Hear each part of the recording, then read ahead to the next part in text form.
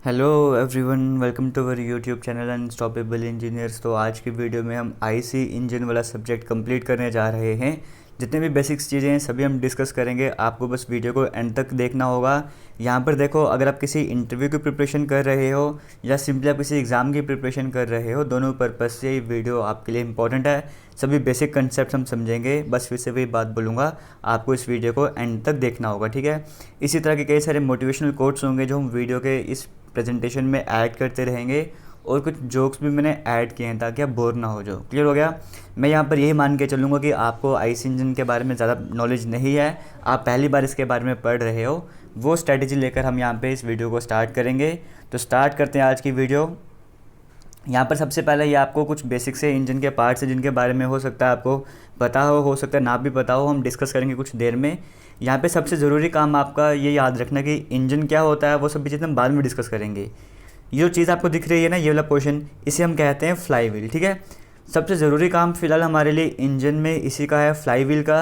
देखो, अगर ये फ्लाई व्हील घूमना स्टार्ट कर देगा ना, इस फ्लाई व्हील का अगर ये घूमना स्टार्ट कर देगा तो इसके घूमने के कारण क्या होगा, ये हमारे पास ट्रांसमिशन सिस्टम है। यहाँ पर वही जो फ्लाई व्हील की हम बात कर रहे थे, इंजन का फ्लाई व्हील, वो यहीं पर है। इसी के साथ क्लच वगैरह की जो प्लेट है वो जुड़ी रहती है, और उसके साथ आगे गियर वाली अरेंजमेंट रहती है। क्लियर हो गया। कहने का मतलब ये है कि अगर वो फ्लाई व्हील घूमता रहेगा तो उस फ्लाई व्हील के घूमने के कारण ही ये जो व्हील्स वगैरह हैं ये भी घूमते रहेंगे। कहने का मतलब क्या है, फिर से बता रहा हूँ। अगर आपको गाड़ी को आगे पीछे मूव करवाना चाहते हो तो टायर्स को मूव करवाना पड़ेगा, व्हील्स को मूव करवाना पड़ेगा, और सबसे इंपॉर्टेंट रोल यहाँ पर किसका आ जाता है, फ्लाई व्हील का। इतना क्लियर हो गया। यहीं से हम समझेंगे कि आईसी इंजन की हम बात कर रहे हैं वो काम कैसे करता है। जो बेसिक चीज़ें हैं ना, जैसे आईसी इंजन इसी इंजन में डिफरेंस क्या है, वो हम कुछ देर बाद समझेंगे। सबसे पहले हम ये समझेंगे कि इंटरनल कंबशन इंजन की हम बात कर रहे हैं तो वो काम कैसे करता है, ये हमें समझना है। यहाँ पे कुछ इंपॉर्टेंट पार्ट्स हैं, जैसे मैंने आपको बताया, ये फ्लाई व्हील है। ये आपके पास जो शाफ्ट दिख रही है ना, इसे हम क्रैंक शाफ्ट कहते हैं। आपके सामने लिखा भी हुआ है, ये क्रैंक शाफ्ट है। इसके एक एंड में आपको दिख रहा है ये हमारे पास फ्लाई व्हील अरेंजमेंट है, और एक साइड में यहाँ पर क्या एक ऐसी अरेंजमेंट है जिसकी हेल्प से आप ये अल्टरनेटर को भी घुमा रहे हो। ऊपर की तरफ ये कैम शाफ्ट आपको दिख रही है, इन कैम शाफ्ट्स को भी घुमा रहे हो। और कई तरह के मोटर्स होते हैं, वाटर पंप वगैरह है, वो इस साइड से टर्मिनल जो है यहाँ से अटैच होते हैं और वो काम करते हैं। क्लियर हो गया। कैम शाफ्ट क्या है, क्रैंक शाफ्ट क्या है, इनका काम आपको कुछ देर में समझ आ जाएगा। अब ये जो इंजन है आपके सामने, ये 4 सिलेंडर वाला इंजन है। ये कैसी गाड़ी है जिसमें 4 सिलेंडर हैं, 4 सिलेंडर्स हैं। इतना क्लियर हो गया। ये भी बिल्कुल बेसिक सा है। ये पिस्टन आपको दिख रहे होंगे, 1 2 3 और 4, ये पिस्टन रहे आपके सामने। इस डायग्राम में आपको ये सब समझना ज़रूरी था। अब हम आगे की बात कर लेते हैं। उससे पहले एक चीज़ और बेसिक सी यहाँ पर क्या है, हमने कहा इस फ्लाई व्हील का घूमना ज़रूरी है। अब ये फ्लाई व्हील कैसे घूमेगा, जब ये क्रैंक शाफ्ट घूमेगी, इस क्रैंक शाफ्ट के घूमने के कारण क्या होगा, ये फ्लाई व्हील भी घूमता रहेगा क्योंकि उसी के साथ जुड़ा हुआ है। अब ये क्रैंक शाफ्ट कैसे घूमेगी, जब ये पिस्टन अप डाउन मोशन करेंगे, एक बार पिस्टन ऊपर की तरफ जाएगा, एक बार पिस्टन जब नीचे की तरफ आएगा, इस तरह का मूवमेंट होगा पिस्टन का, रेसिप्रोकेटिंग मोशन होगा, उसके कारण क्रैंक शाफ्ट घूमेगी, और क्रैंक शाफ्ट घूम गई तो हमारा फ्लाई व्हील घूम गया। तो मेन काम क्या है, इन पिस्टन्स के मूवमेंट करवाना, इनके अप डाउन मूवमेंट जो है वो हमें चाहिए। वो कैसे होती है वही हम समझेंगे, ठीक है। अब यहाँ पर देखो, ये आपके पास हमने भी देखा था ना, 4 सिलेंडर हैं। उन्हीं 4 सिलेंडर में से ये हमारे पास एक सिलेंडर वाला क्रॉस सेक्शन आ चुका है, ठीक है। उन्हीं 4 सिलेंडर्स में से ये एक सिलेंडर है। इसी तरह के 4 सिलेंडर्स रहते हैं, उसमें पिस्टन वगैरह रहते हैं। अब इसके कुछ इंपॉर्टेंट पार्ट्स क्या है वो आपको समझने। देखो, अगर हम बात करेंगे ना यहाँ पे इंजन के सिलेंडर की, जैसा एक सिलेंडर में है वैसे ही 4 सिलेंडर में भी होगा। ये हमारे पास यहाँ पे स्पार्क प्लग है। स्पार्क प्लग का मतलब है कि यहाँ पर हम पेट्रोल इंजन की बात कर रहे हैं, जिसे गैसोलीन इंजन भी कहा जाता है, ठीक है। पेट्रोल इंजन बोलो आप, या फिर आप गैसोलीन इंजन बोलो। देखो, अगर आपके बेसिक्स क्लियर है ना, आप स्टार्टिंग के कुछ मिनट्स को स्किप भी कर सकते हो, ठीक है। बट आपको बता दूं, बेसिक्स में भी आपको बहुत कुछ सीखने को मिलेगा अगर आपको ऑलरेडी सब कुछ पता है इसके बारे में। अब यहाँ पर हमारे पास स्पार्क प्लग है। यहाँ पर हमारे पास कैम शाफ्ट है। कैम शाफ्ट अभी हमने कुछ देर पहले देखा था। क्रैंक शाफ्ट के ऊपर की तरफ सबसे टॉप में जो शाफ्ट थी वो कैम शाफ्ट थी। कैम शाफ्ट से अटैच्ड है कैम्स। इनका वर्क क्या है वो कुछ देर बाद समझेंगे। यहाँ पर 2 ओपनिंग्स आपको दिख रही होंगी, एक इनलेट वाली ओपनिंग है, एक आउटलेट वाली ओपनिंग है, या फिर ऐसा कह सकते हो एक इनटेक वाली है, एक एग्जॉस्ट वाली है। यहीं पे 2 वॉल्व भी हैं, एक इनलेट वॉल्व है और एक एग्जॉस्ट वॉल्व है। इतना भी क्लियर हो गया। ये सिलेंडर हेड है, कैसा दिखता है एक्चुअली में हम कुछ देर बाद समझेंगे। मेन समझ लो, हमारे पास यहाँ पर क्या है, एक कनेक्टिंग रॉड है। कनेक्टिंग रॉड क्या है, कनेक्टिंग रॉड का एक एंड जो है वो इस पिस्टन से कनेक्टेड है और दूसरा एंड जो है वो क्रैंक शाफ्ट से कनेक्टेड है। ठीक है, क्रैंक शाफ्ट भी हो सकता है, क्रैंक भी हो सकता है, वो किससे है वो कुछ देर बाद समझेंगे। अभी हम सबसे पहला काम ये करते हैं, हम इस इंजन की वर्किंग के बारे में समझ लेते हैं। ठीक है, इस इंजन की वर्किंग कैसे होती है वो हमें समझना है। यहाँ पर हमने एक बार फिर से वही बात रिपीट करेंगे।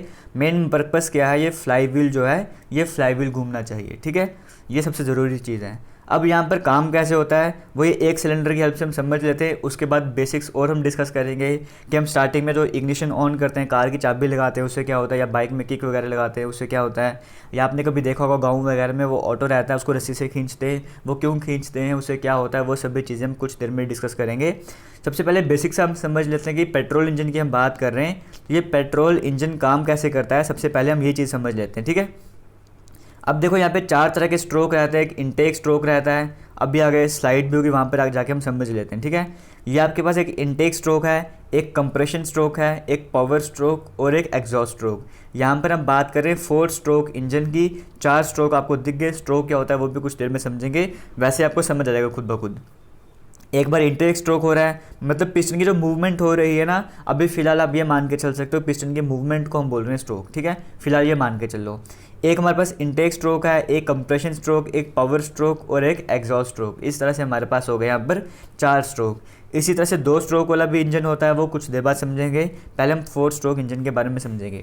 पहले स्ट्रोक की बात करें हम, इनटेक स्ट्रोक, इसमें क्या रहता है, पिस्टन स्टार्टिंग में टॉप डेड सेंटर में रहता है। टॉप डेड सेंटर मतलब वो मैक्सिमम पोजीशन जहाँ तक पिस्टन जा सकता था, पिस्टन अभी वहाँ पर होता है। ठीक है, पिस्टन वहाँ पर होता है। इनटेक स्ट्रोक में क्या होता है, पिस्टन जो है वो नीचे की तरफ आ रहा होता है, पिस्टन नीचे की तरफ आ रहा होता है। जैसे आपको स्लाइड में दिख रहा है यहाँ पर इनटेक स्ट्रोक में पिस्टन नीचे की तरफ आ चुका है। पिस्टन जैसे ही नीचे की तरफ आ रहा होता है, यहाँ पे सिलेंडर के बीच में जो है वो वैक्यूम बन जाता है। खाली मतलब ऐसा कह सकते हो प्रेशर बिल्कुल कम हो जाता है, वहाँ पे 0 प्रेशर हो जाता है, मान के ऐसा मान के चल सकते हो। ठीक है, एटमॉस्फेरिक प्रेशर के डिफरेंस भी, तो यहाँ पे प्रेशर कम हो जाता है जिसके कारण यहाँ पे वैक्यूम बन जाता है। अब वैक्यूम बनने के कारण क्या होता है, बाहर जो आपका एयर और फ्यूल का मिक्सचर होता है वो एयर और फ्यूल का मिक्सचर यहाँ पर एंटर कर जाता है। ठीक है, क्योंकि यहाँ पर वैक्यूम बन चुका है। जैसे आप देखते हो ना होली में वो पिचकारी वगैरह लेते हो, उसको पीछे की तरफ मूवमेंट करते हो तो पानी उसमें भरा जाता है, क्यों, क्योंकि वहाँ पे वैक्यूम बन जाता है। वैसे यहाँ पे जैसे पिस्टन को पीछे की तरफ आपने किया, यहाँ पे वैक्यूम के कारण यहाँ पे एयर और फ्यूल का मिक्सचर एंटर कर जाता है। कैसे एंटर करता है, यहाँ पे जो इनलेट वॉल्व है वो ओपन हो जाती है। क्लियर हो गया, इनलेट वॉल्व जो थी वो ओपन हो जाती है, यहाँ पे स्पेस बन जाती है, वहाँ से एंट्री होती है एयर और फ्यूल के मिक्सचर की, वो हो गया इनटेक स्ट्रोक। सेकंड स्ट्रोक की बात करें वो है कंप्रेशन स्ट्रोक। अब पिस्टन क्या है, नीचे से ऊपर की तरफ जा रहा है। जो भी एयर और फ्यूल का मिक्सचर आ चुका था यहाँ पर, उसको पिस्टन जैसे ही ऊपर की तरफ जा रहा है उसको कंप्रेस भी करता जा रहा है, उसको दबाता जा रहा है, उसका प्रेशर और टेम्परेचर बढ़ता जाएगा। ठीक है, थर्ड स्ट्रोक की हम बात करते हैं पावर स्ट्रोक। पावर स्ट्रोक में यहाँ पर क्या होता है, अब जैसे कंप्रेशन स्ट्रोक में पिस्टन ऊपर की तरफ जा रहा होता है ना, अभी टॉप डेड सेंटर में मतलब बिल्कुल टॉप पोजीशन पे नहीं पहुंचा होता है, उससे थोड़ा सा पीछे होता है कि यहाँ पे जो स्पार्क प्लग है वहाँ से स्पार्क निकलती है, मतलब वहाँ से चिंगारी वगैरह निकलती है। स्पार्क प्लग क्या है इसके बारे में भी कुछ देर में हम डिस्कस करेंगे। ठीक है, यहाँ से स्पार्क निकलती है, चिंगारी आप ऐसा कह सकते हो वो निकलती है, जिसके कारण क्या होता है, यहाँ से स्पार्क निकल गई। पावर स्ट्रोक की बात करें तो स्पार्क तो आ ही गई यहाँ पे ऑलरेडी, और एयर और फ्यूल का मिक्सचर कंप्रेस भी हो चुका था, उसका टेम्परेचर प्रेशर भी बढ़ चुका था। अब वहाँ पर क्या है, कंबशन हो जाता है, मतलब एक तरह से कहते हो वहाँ पर ब्लास्ट हो जाता है। जो स्पेस है ना यहाँ पे कंबशन होता है, ब्लास्ट हो जाता है। उस ब्लास्ट के कारण क्या होता है, इस पिस्टन पे प्रेशर पड़ता है और पिस्टन जो है वो नीचे की तरफ आता है। पिस्टन की मूवमेंट कहाँ पर होती है, नीचे की तरफ आ जाता है। क्लियर हो गया। जब हमने कंप्रेशन स्ट्रोक की बात की, यहाँ पे इनलेट वॉल्व भी क्लोज, आउटलेट वॉल्व भी क्लोज। पावर स्ट्रोक की बात की, यहाँ पे भी inlet valve close, outlet valve close रहती है। इसको हम पावर स्ट्रोक कहते हैं, इसी को वर्किंग स्ट्रोक भी कहा जाता है, इसी को एक्सपेंशन स्ट्रोक भी कहा जाता है। क्यों, क्योंकि सारा काम आपको यहीं पर मिल रहा है, कुछ देर में हम समझेंगे। और फोर्थ स्ट्रोक में क्या होता है, पिस्टन नीचे आ चुका था थर्ड स्ट्रोक में, वापस ऊपर की तरफ जाता है और जो भी प्रोडक्ट्स ऑफ कंबशन है उन्हें कंप्रेस करता हुआ ऊपर से ऊपर की तरफ ले जाता हुआ यहाँ पे एग्जॉस्ट वॉल्व ओपन हो जाती है और वहाँ से जो भी एग्जॉस्ट जो भी गैसेज है वो सारी बाहर निकलती हैं और आपका जो इंजन का एग्जॉस्ट सिस्टम है साइलेंसर से होती हुई सभी चीज़ें बाहर चली जाती हैं। इस एग्जॉस्ट सिस्टम के बारे में भी हम कुछ देर में डिटेल में समझेंगे। क्लियर हो गया। बेसिक्स आपको फंडा समझ आ गया। एयर और फ्यूल का मिक्सचर एंटर करता है, उसको कंप्रेस किया जाता है, फिर कंबशन होता है, फिर एग्जॉस्ट गैसेस को बाहर निकाल दिया जाता है। ये हो गया हमारे पास 4 स्ट्रोक्स। ठीक है, इतना क्लियर हो गया, यहाँ तक सब कुछ समझ आ गया। अब जब हमने थर्ड स्ट्रोक की बात की थी ना, पावर स्ट्रोक, पावर स्ट्रोक में क्या होता है, पिस्टन जब नीचे की तरफ आ रहा था, अब जब ऐसा हो रहा था ना, मैंने आपको कहा इस क्रैंक शाफ्ट की मूवमेंट होगी पिस्टन के कारण, पिस्टन ने मूवमेंट वगैरह की, क्रैंक शाफ्ट घूमना स्टार्ट हो गया। जब क्रैंक शाफ्ट घूमना स्टार्ट हुआ तो ये फ्लाई व्हील भी घूमना स्टार्ट हो जाता है। इतना आपको समझ आ गया इंजन वर्क कैसे काम करता है। अब हम एक बार फिर से स्टार्टिंग से चलते हैं। स्टार्टिंग में क्या है, जब आप गाड़ी को, अब ये है ना, आपकी गाड़ी बंद पड़ी है, आप गाड़ी चला नहीं रहे हो, ऐसे रखी हुई है, आपकी बाइक वैसे ही पड़ी हुई है, कोई भी ऑटो है जैसे आप गाँव में देखते हो ऑटो वगैरह पड़ा है, वो वैसे का वैसे ही खड़ा अपनी जगह, बस स्टार्ट नहीं है अभी, तो वहाँ पर पिस्टन तो उस टाइम मूवमेंट नहीं करेंगे। उस टाइम पीरियड पर पिस्टन जो है जहाँ पर है वहीं पर रहेंगे, किसी तरह की मूवमेंट वो नहीं करेंगे। अब स्टार्टिंग में इन पिस्टन्स की मूवमेंट कैसे करवानी है, स्टार्टिंग में जो पिस्टन है ये मूवमेंट कैसे करेंगे वो आप अपनी तरफ से करवाते हो, ठीक है। स्टार्टिंग में इस फ्लाई व्हील को आप खुद ही घुमाते हो। लास्ट में तो ये होगा जब इंजन वगैरह काम करना स्टार्ट हो गया तो फ्लाई व्हील को कौन घुमा रहे हैं, पिस्टन वगैरह घुमा रहे हैं, क्योंकि तब पिस्टन्स की मूवमेंट चल रही है।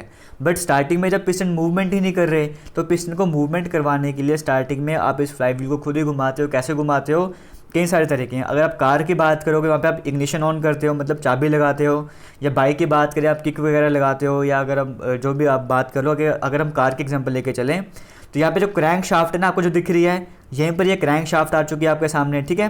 फ्लाई व्हील वगैरह की बात करें, फ्लाई व्हील से जो क्रैंक शाफ्ट, सॉरी शायद से मैं इसको तब से क्रैंक शाफ्ट बोल रहा हूँ, मैं यहाँ पे फ्लाई व्हील के बारे में बात कर रहा था, ठीक है। इस फ्लाई व्हील का घूमना ज़रूरी है यहाँ पर।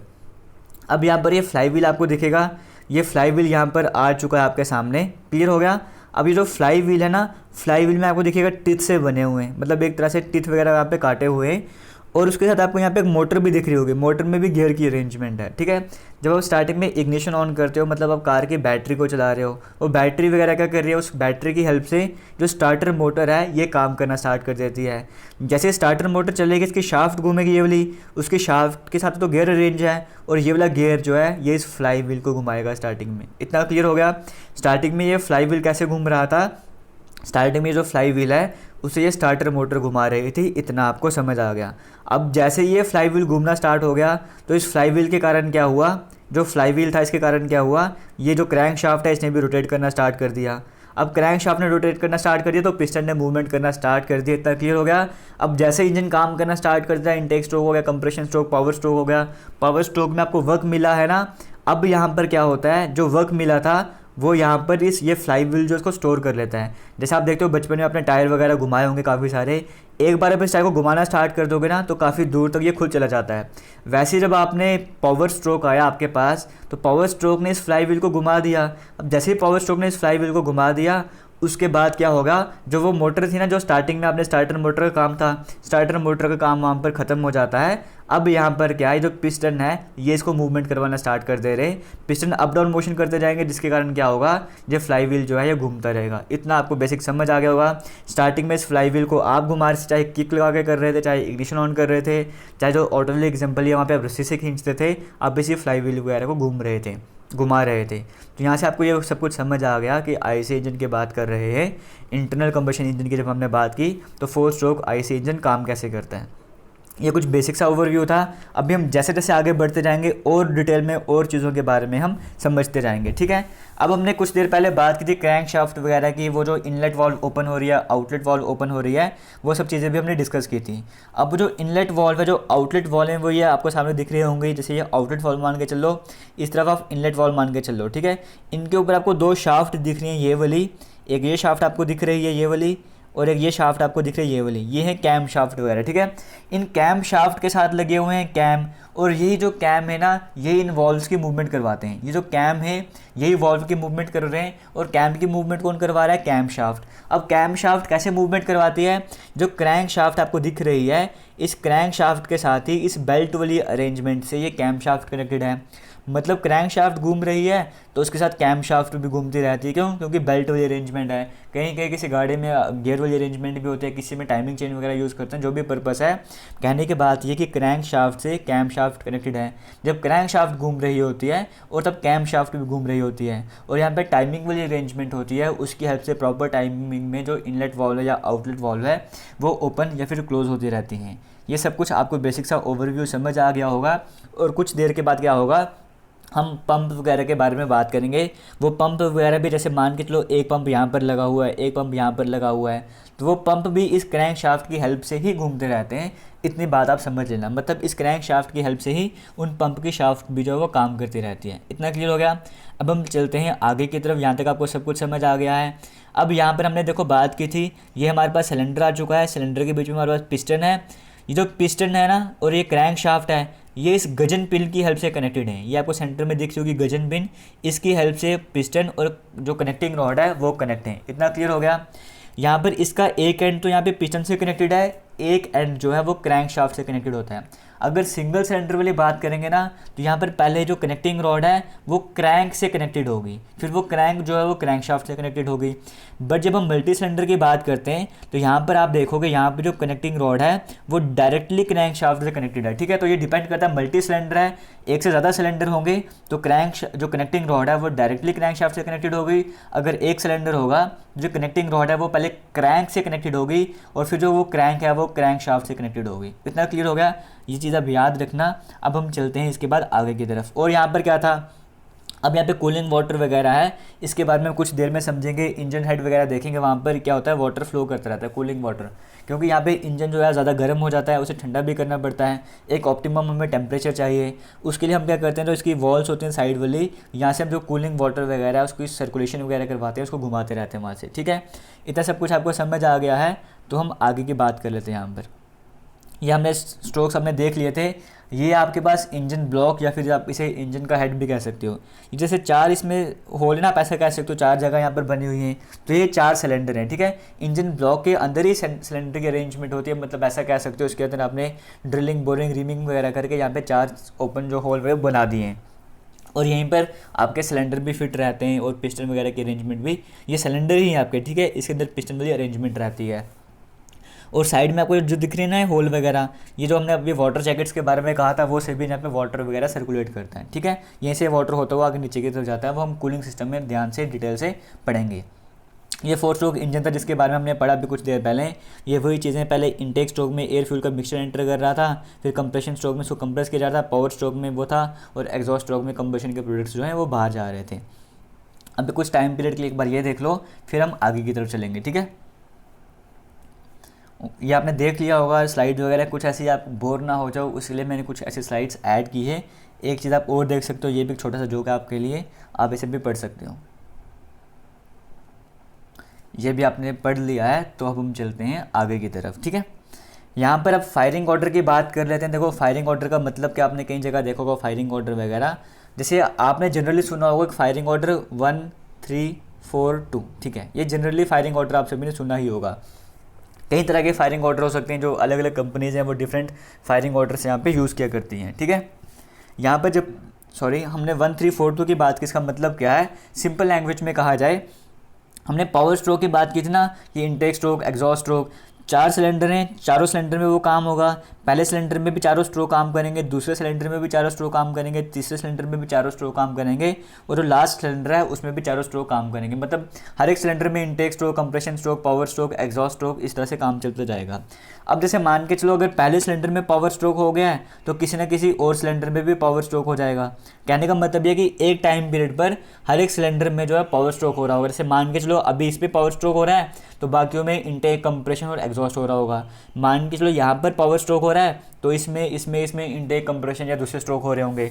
हर टाइम पीरियड पर आपको एक ना एक पावर स्ट्रोक मिल रहा होता है। कहने का मतलब ये है 1 3 4 2 फायरिंग ऑर्डर का मतलब ये है कि सबसे पहले जो फायरिंग होगी वो फर्स्ट सिलेंडर में हो गई। अगर मैं 1 3 4 2 की बात करूँ, अगर आपको स्लाइड में दिख रहा है, पहले जो फायरिंग होगी वो फर्स्ट सिलेंडर में होगी। पहला जो पावर स्ट्रोक आपको मिलेगा फर्स्ट सिलेंडर में मिलेगा, फिर आपको फोर्थ सिलेंडर में मिलेगा, फिर आपको पहले आपको फर्स्ट में मिलेगा, फिर थर्ड में मिलेगा, फिर फोर्थ में मिलेगा, फिर सेकंड में मिलेगा। इस तरह से आपको जो फायरिंग ऑर्डर, जो पिस्टन में जो पावर स्ट्रोक वगैरह है वो मिलेंगे। ये डिफरेंट जो कंपनीज है वो डिफरेंट तरह से यूज़ करते हैं, किसी भी तरह का आप यूज़ कर सकते हो। ठीक है, 1 के बाद 3 क्यों, क्योंकि 1 के बाद 3 पर हम इसीलिए चले गए क्योंकि सेकंड पर हम इसीलिए नहीं गए थे क्योंकि फर्स्ट में जब हमने पावर स्ट्रोक देखा तो इंजन वैसे गर्म हो चुका था, सिलेंडर वैसे ही गर्म हो चुका था, उसके पास वाले सिलेंडर को हम जल्दी से जल्दी और गर्म नहीं करना चाहते थे। उसका रीज़न क्या है वो कुछ देर बाद आपको समझ आ जाएगा। ये सब कुछ क्लियर हो गया आपको। अब हम यहाँ पर बात करेंगे, जैसे हमने 4 स्ट्रोक की बात की थी पेट्रोल इंजन में, वैसे ही डीजल इंजन की वर्किंग भी समझ लेते हैं। यहाँ पे भी 4 स्ट्रोक आपके पास हैं। पहला है इनटेक स्ट्रोक, फिर है कंप्रेशन स्ट्रोक, फिर power stroke, exhaust stroke. Stroke same to same वही है, यहाँ पर भी वही है, वॉल्व वगैरह, inlet valve, outlet valve, piston वगैरह, सिलेंडर वगैरह सब कुछ यहाँ पर भी सेम है। बस डिफरेंस ये है कि यहाँ पर आपके पास फ्यूल इंजेक्टर आ चुका है। वहाँ पर आपको दिख रहा होगा यहाँ पे स्पार्क प्लग था, डीजल इंजन में यहाँ पर फ्यूल इंजेक्टर आ चुका है। ये चीज़ आपको याद रखनी है। और यहाँ पर अगर हम बात करें डीजल इंजन की, डिफरेंस अभी हम डिटेल में समझेंगे। जब हम पेट्रोल इंजन की बात कर रहे थे वहाँ पे इनटेक स्ट्रोक में क्या था, एयर और फ्यूल का मिक्सचर एंटर कर रहा था। जब हम यहाँ पर बात करेंगे डीजल इंजन की, तो इनटेक स्ट्रोक में पहले स्ट्रोक में सिर्फ एयर एंटर करती है।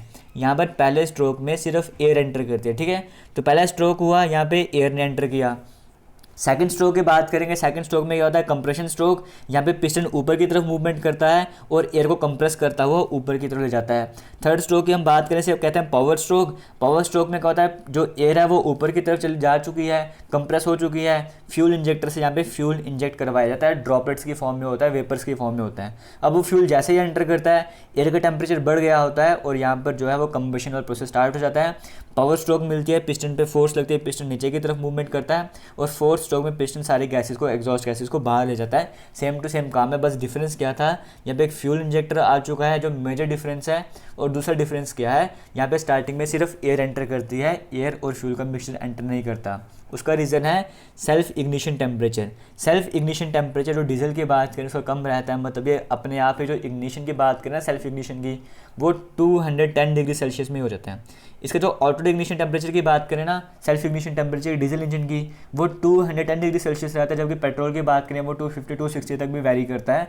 तो वहाँ पर आपको चाहिए था स्टार्टिंग में एयर और फ्यूल का मिक्सचर एंटर करवा दो, बट डीजल के केस में यहाँ पर क्या है, यहाँ पे इग्निशन टेम्परेचर कम रहता है और वोलेटिलिटी वाला कंसेप्ट भी आता है, उसके कारण आप यहाँ पे सिर्फ एयर को ही एंटर करवाते हो। तो यहाँ से मेजर डिफरेंस आपको समझ आ गया होगा, पेट्रोल इंजन कैसे काम करता है, डीजल इंजन कैसे काम करता है। इतना क्लियर हो गया। अब यहाँ पर देखो डीजल इंजन आया ही क्यों था, यहाँ पे नॉकिंग जैसी प्रॉब्लम्स हैं जो हम वीडियो के कुछ देर बाद समझेंगे। अभी नॉकिंग वगैरह की जो चीज़ें थी उनको अवॉइड करने के लिए यहाँ पे डीजल इंजन आता है। स्टार्टिंग में क्या है, देखो जब हम बात करते हैं ना इसकी auto cycle actually IC engine पर बेस्ड है। ऑटो साइकिल जो है अगर हम बात करें पेट्रोल इंजन पर डिपेंड करती है, उस पर काम करती है, ठीक है। यहाँ पर देखो हम बात कर रहे हैं जब पेट्रोल इंजन स्टार्टिंग में आए थे तो हमने एक डेरिवेशन भी की थी थर्मल इंजीनियरिंग में, हालांकि हम यहाँ पर भी आपको बताऊँगा मैं उस साइकिल्स के बारे में। देखो जो भी इंजन की एफिशिएंसी है ना वो कंप्रेशन रेशो पे डिपेंड करती है। कंप्रेशन रेशो हम कुछ देर बाद समझेंगे, अब आप इतना समझ के चलो कि इंजन की एफिशिएंसी जो है वो कंप्रेशन रेशो पे डिपेंड करती है। अगर कंप्रेशन रेशो बढ़ जाती है इसका मतलब इंजन की एफिशिएंसी भी बढ़ जाएगी। लेकिन पेट्रोल इंजन के केस में हम क्या कर रहे थे, कंप्रेशन रेशो को बढ़ा नहीं पा रहे थे क्योंकि इसके कारण नॉकिंग जैसी प्रॉब्लम्स आ रही थी। तो वो नॉकिंग जैसी प्रॉब्लम्स को अवॉइड करने के लिए ही, और हमें पता है कि नॉकिंग भी नहीं होनी चाहिए और हमें हायर कंप्रेशन रेशो भी चाहिए, क्योंकि हायर कंप्रेशन रेशो मिलेगी तो एफिशिएंसी भी ज़्यादा मिल जाएगी। तो वही रीज़न था कि यहाँ पे डीजल इंजन हम लेकर आए थे जिनकी कंप्रेशन रेशो भी ज़्यादा होती है, ठीक है। बाकी और डिटेल्स हम कुछ देर बाद समझेंगे। यहाँ पर अगर हम बात करें, देखो कंप्रेशन रेशो की बात करें, डीजल इंजन की जो कंप्रेशन रेशो 16 से 19 तक वैरी करती है और पेट्रोल इंजन की कम रहती है, 10, 11, 12, 13 इस तरह से वैरी करती रहती है, ठीक है। यहाँ पे अगर हम प्रेशर की बात करें, एक्चुअली में डिफरेंस बताया जा रहा है डीजल इंजन और पेट्रोल इंजन में। पहला डिफरेंस है कंप्रेशन रेशो का, बट कंप्रेशन रेशो होता क्या है वो हम कुछ देर बाद समझेंगे। फिलहाल आप ये मान के चलो कि डीजल इंजन की कंप्रेशन रेशो है वो ज़्यादा रहती है और पेट्रोल इंजन की कंप्रेशन रेशो है जो कम रहती है। इंजेक्शन प्रेशर की अगर हम बात करें, जो मॉडर्न डीजल इंजन है वो यूज़ करते हैं कॉमन रेल टेक्नोलॉजी, जिसके बारे में हम कुछ देर बाद पढ़ेंगे। CRDE भी बोला जाता है इसको, CRE भी बोला जाता है। कॉमन रेल टेक्नोलॉजी बात करते हैं वहाँ पे जब प्रेशर जो है वो 2200 बार 2200 बार तक भी चला जाता है। और गैसोलीन इंजन में बात करें तो 200 बार तक का प्रेशर रहता है इंजेक्शन प्रेशर। तो यहाँ से आप समझ सकते हो कि जो इंजेक्शन प्रेशर है, मतलब इंजेक्ट करने का जो प्रेशर है वो डीजल इंजन में, फ्यूल को जो इंजेक्ट करने का प्रेशर है वो डीजल इंजन में ज़्यादा रहता है। ये भी एक डिफरेंस है पेट्रोल इंजन और डीजल इंजन में। डीजल इंजन का लीन मिक्सचर आता है। यहाँ पे लीन मिक्सचर आप सिंपली अब ये समझ सकते हो, बाद में डिटेल में डिस्कस करेंगे। लीन मिक्सचर का मतलब है कि आपको एयर और फ्यूल चाहिए बर्निंग के लिए, कंबशन के लिए आपको क्या क्या चाहिए, एयर और फ्यूल का मिक्सचर चाहिए ना, एयर और फ्यूल चाहिए कंबशन के लिए। चाहे एयर आप स्टार्टिंग में भेजो, चाहे आप एयर और फ्यूल का मिक्सचर स्टार्टिंग में भेज दो, चाहे फ्यूल को लास्ट में भेजो यहाँ पर, लेकिन लास्ट में कंबशन तो एयर और फ्यूल के मिक्सचर का हो रहा है। लीन का मतलब ये है कि आपके जो एयर है ना वो ज़्यादा हो चुकी है, फ्यूल आपका कम है लेकिन एयर ज़्यादा हो चुकी है। और रिच मिक्सचर का मतलब क्या है कि रिच मिक्सचर का मतलब ये है कि एयर कम हो चुकी है, फ्यूल ज़्यादा हो चुके हैं। नहीं समझ आ रहा कोई बात नहीं, बाद में हम डिटेल में समझेंगे। इतना मान के चले कि डीजल का लीन मिक्सचर रहता है डीजल में, ठीक है। और एक था हमने कहा कि डीजल जो फ्यूल है वो ऑटो में ऐड कर जाता है, तो यहाँ पे स्पार्क प्लग की ज़रूरत नहीं रहती। गैसोलीन में स्पार्क प्लग की ज़रूरत रहती है। डीजल इंजन में फ्यूल इंजेक्टर होता है, यहाँ पे फ्यूल इंजेक्टर नहीं होता। एग्जॉस्ट गैसेस की बात करें गैसोलीन इंजन में वो यहाँ तक चली जाती हैं और डीजल इंजन में वो उनका टेम्परेचर 350 डिग्री तक ही रहता है। इतना क्लियर हो गया। डीजल इंजन की बात करें वो ज़्यादा भारी रहता है, गैसोलीन इंजन से ज़्यादा स्ट्रॉन्गर भी रहता है। ये कुछ बेसिक से डिफरेंस थे। और भी डिफरेंस है पेट्रोल इंजन डीजल इंजन में, वो हम देख लेते हैं यहाँ पर। अगर हम पेट्रोल इंजन की बात करें वो ऑटो साइकिल को फॉलो करता है। डीजल इंजन की बात करें डीजल साइकिल को फॉलो करता है। पेट्रोल इंजन में एयर और पेट्रोल को पहले मिक्स किया जाता है, फिर इंजन में भेजा जाता है। डीजल इंजन में फ्यूल को सिलेंडर के अंदर ही मिक्स किया जाता है। इग्निशन यहाँ पे स्पार्क प्लग की हेल्प से होती है। यहाँ पे इग्निशन में स्पार्क प्लग की ज़रूरत नहीं होती डीजल इंजन में। कंप्रेशन के कारण ही हीट इतनी बन जाती है कि जो डीजल है वो ऑटोमेट हो जाता है। पेट्रोल इंजन की कंप्रेशन रेशो कम रहती है, डीजल इंजन की कंप्रेशन रेशो ज़्यादा रहती है। पेट्रोल इंजन में जो पावर आउटपुट है वो कम रहता है, डीजल इंजन में पावर आउटपुट ज़्यादा रहता है। पेट्रोल में स्पार्क प्लग, डीजल इंजन में फ्यूल इंजेक्टर। जो पेट्रोल इंजन की बात करें हाई वोलेटिलिटी ऑफ फ्लूइड आ गया यहाँ पे, इसकी बात करें लेस वोलेटिलिटी ऑफ फ्लूइड आ गया। पेट्रोल इंजन कहाँ पे यूज़ करते हैं, जो लाइट व्हीकल्स होते हैं वहाँ पे यूज़ करते हैं। डीजल इंजन को हम हैवी व्हीकल्स में, जो भारी व्हीकल्स होते हैं जैसे ट्रक वगैरह हो गए, वहाँ पे यूज़ किया जाता है। पेट्रोल इंजन में फ्यूल कंजप्शन ज़्यादा रहती है, डीजल इंजन में कहा जाता है कि लेस फ्यूल कंजप्शन रहती है। पेट्रोल इंजन हल्का होता है, वेट की बात करें डीजल इंजन हैवी होता है। इसमें मेंटेनेंस जो है वो चाहिए होती है, यहाँ पे इतनी मेंटेनेंस नहीं चाहिए होती, लेकिन मेंटेनेंस चाहिए होती है, लेकिन हर बार यानी कि दूसरे दिन करो मेंटेनेंस वगैरह वो सब चीज़ें। यहाँ पे मेंटेनेंस कॉस्ट कम रहती है, यहाँ पे मेंटेनेंस कॉस्ट ज़्यादा रहती है। ये कुछ बेसिक डिफरेंस है जो आप देख सकते हो। हम आगे की तरफ बढ़ते हैं यहाँ पे, ठीक है। यहाँ पर अब हम बात करने जा रहे हैं 2 stroke petrol engine. 4 stroke engine आपको समझ आ गया, वहाँ पे 4 स्ट्रोक थे। अब हम जब यहाँ पे 2 स्ट्रोक पेट्रोल इंजन की बात कर रहे हैं, ये भी आपको समझना है 2 स्ट्रोक पेट्रोल इंजन के बारे में, ये कैसे काम करता है। वहाँ पर 4 स्ट्रोक हो रहे थे ना, जब हम डीजल इंजन की बात करते हैं वहाँ पे 4 स्ट्रोक हो रहे थे। तो 2 स्ट्रोक जब इंजन की बात कर रहे हैं, यहाँ पे सिर्फ 2 ही स्ट्रोक होंगे। जो काम वहाँ पे 4 स्ट्रोक में हो रहा था वो काम यहाँ पे 2 स्ट्रोक में हो जाएगा। कैसे, जैसे आपको स्क्रीन में दिख रहा है। पहले हम पेट्रोल इंजन के बारे में समझ लेते हैं। यहाँ पर भाई ये सब कुछ पिस्टन वगैरह सब कुछ सेम ही है। यहाँ पे देखो कनेक्टिंग रॉड है, वो पहले क्रैंक से कनेक्टेड है, फिर क्रैंक जो है वो क्रैंक शाफ्ट से कनेक्टेड है। तभी मैंने आपको कहा था कि सिंगल सिलेंडर में कनेक्टिंग रॉड पहले क्रैंक से कनेक्टेड होगी और मल्टी सिलेंडर में वो डायरेक्टली क्रैंक शाफ्ट से कनेक्टेड होगी। यहाँ पर क्या है, यहाँ पे इनलेट वॉल्व आउटलेट वॉल्व नहीं यूज़ करते 2 स्ट्रोक में। यहाँ पे पोर्ट होते हैं, ठीक है, जैसे आपको दिख रहा होगा ट्रांसपोर्ट पोर्ट, ट्रांसफर पोर्ट वगैरह, यहाँ पे पोर्ट्स का यूज़ किया जाता है। यहाँ पे वॉल्व वगैरह नहीं होते, वॉल्व गलत लिखा हुआ है, यहाँ पे पोर्ट्स का यूज़ किया जाता है। पेट्रोल इंजन की बात करें स्पार्क प्लग तो यहाँ पर भी चाहिए ही चाहिए, ठीक है। देखो एक आपको इनलेट सेक्शन ये दिख रहा होगा, ठीक है, इतना क्लियर हो गया। एक सेक्शन आपको ये दिख रहा होगा, इसी की हेल्प से हम समझते हैं। एक सेक्शन आपको ये वाला दिख रहा होगा, इसी की हेल्प से हम समझते हैं। सबसे पहले स्ट्रोक की बात करें, पहले क्या होगा, 2 स्ट्रोक है ना, तो मतलब जो 4 स्ट्रोक है पहले 2 स्ट्रोक थे वो यहाँ पे कंबाइन होंगे फर्स्ट स्ट्रोक में। जैसे यहाँ पे मान के चलो पिस्टन जो यहाँ पर स्टार्टिंग में पहले BDC में है, पिस्टन जो है वो नीचे की तरफ है, जैसे ये पोजीशन है, पिस्टन स्टार्टिंग में इस पोजीशन पर रहता है। और पहले स्ट्रोक में क्या होता है, पिस्टन जो है वो ऊपर की तरफ मूवमेंट कर रहा होता है। अब जब पिस्टन ऊपर की तरफ मूवमेंट कर रहा है, पिस्टन जब ऊपर की तरफ मूवमेंट कर रहा है तो ये जो आपको ओपनिंग दिख रही है, ये जो क्लोज जगह थी ये ओपन हो जाती है। ओपन होने के कारण क्या होता है, यहाँ से एयर और फ्यूल का मिक्सचर जो है वो एंटर कर जाता है। एयर और फ्यूल का मिक्सचर जो है वो यहाँ पर एंटर कर जाता है। इतना क्लियर होगा, क्योंकि ये ओपन हो चुके, पिस्टन ऊपर की तरफ चला गया है। और पिस्टन के ऊपर जो भी गैसेस थी ना, पहले पिस्टन जब ऊपर की तरफ जा रहा होता है उनको कंप्रेस भी कर रहा होता है। कंप्रेस भी कर रहा होता है, 2 स्ट्रोक एक साथ में हो रहे हैं, इनटेक स्ट्रोक भी हो रहा है और कंप्रेशन स्ट्रोक भी हो रहा है। इनटेक भी हुआ, कंप्रेशन भी हुआ। इनटेक कैसे हुआ, पिस्टन ऊपर की तरफ जा रहा है, ये स्पेस खाली बच जाती है, यहाँ से एयर और फ्यूल का मिक्सचर एंटर करता है। और जब पिस्टन ऊपर की तरफ जा रहा था, जो ऊपर फ्यूल पहले से था उसको भी कंप्रेस करता जा रहा था। तो यहाँ पर क्या हो गया, इनटेक स्ट्रोक और कंप्रेशन स्ट्रोक कंबाइन हो गया। उसके बाद यहाँ पर क्या होता है, इनटेक स्ट्रोक आउट। उसके बाद क्या होता है यहाँ पर, अब पिस्टन सेकंड स्ट्रोक में क्या होता है, यहाँ पे TDC में पहुँच चुका है, मतलब टॉप में पहुँच चुका है। अब पिस्टन जो है वो नीचे की तरफ आने लगता है।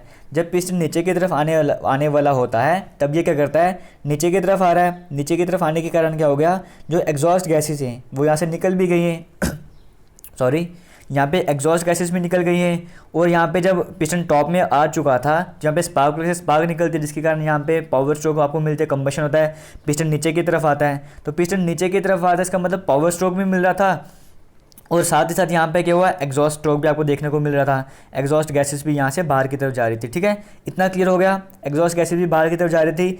और अब आपको दिखा होगा सेकंड स्ट्रोक में क्या हो चुका है, जहाँ से इनलेट एंटर हो रहा था ना, वो वाली वॉल्व क्लोज हो चुकी है।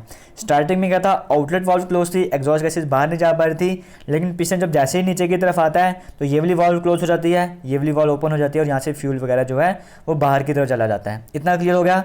अब ये जो फ्यूल यहाँ से बाहर की तरफ जा रहा होता है ना, जो फ्यूल यहाँ से बाहर, सॉरी फ्यूल नहीं, जो एग्जॉस्ट गैसेज यहाँ से बाहर की तरफ जा रही है, उस टाइम पीरियड पर क्या होता है, यहाँ से आपको दिख रहा होगा ट्रांसफर पॉट है, यहाँ पर आपको दिख रहा होगा, यहाँ से जो फ्यूल का जो एयर और फ्यूल का मिक्सचर है ना जो भी, वो यहाँ पे ऊपर की तरफ एंटर कर जाता है। फिर वहीं से काम होगा, पिस्टन वापस ऊपर की तरफ मूवमेंट करेगा, इसको कंप्रेस करता हुआ ऊपर की तरफ जाएगा और नीचे से नया फ्यूल यहाँ पर एंटर करता जाएगा।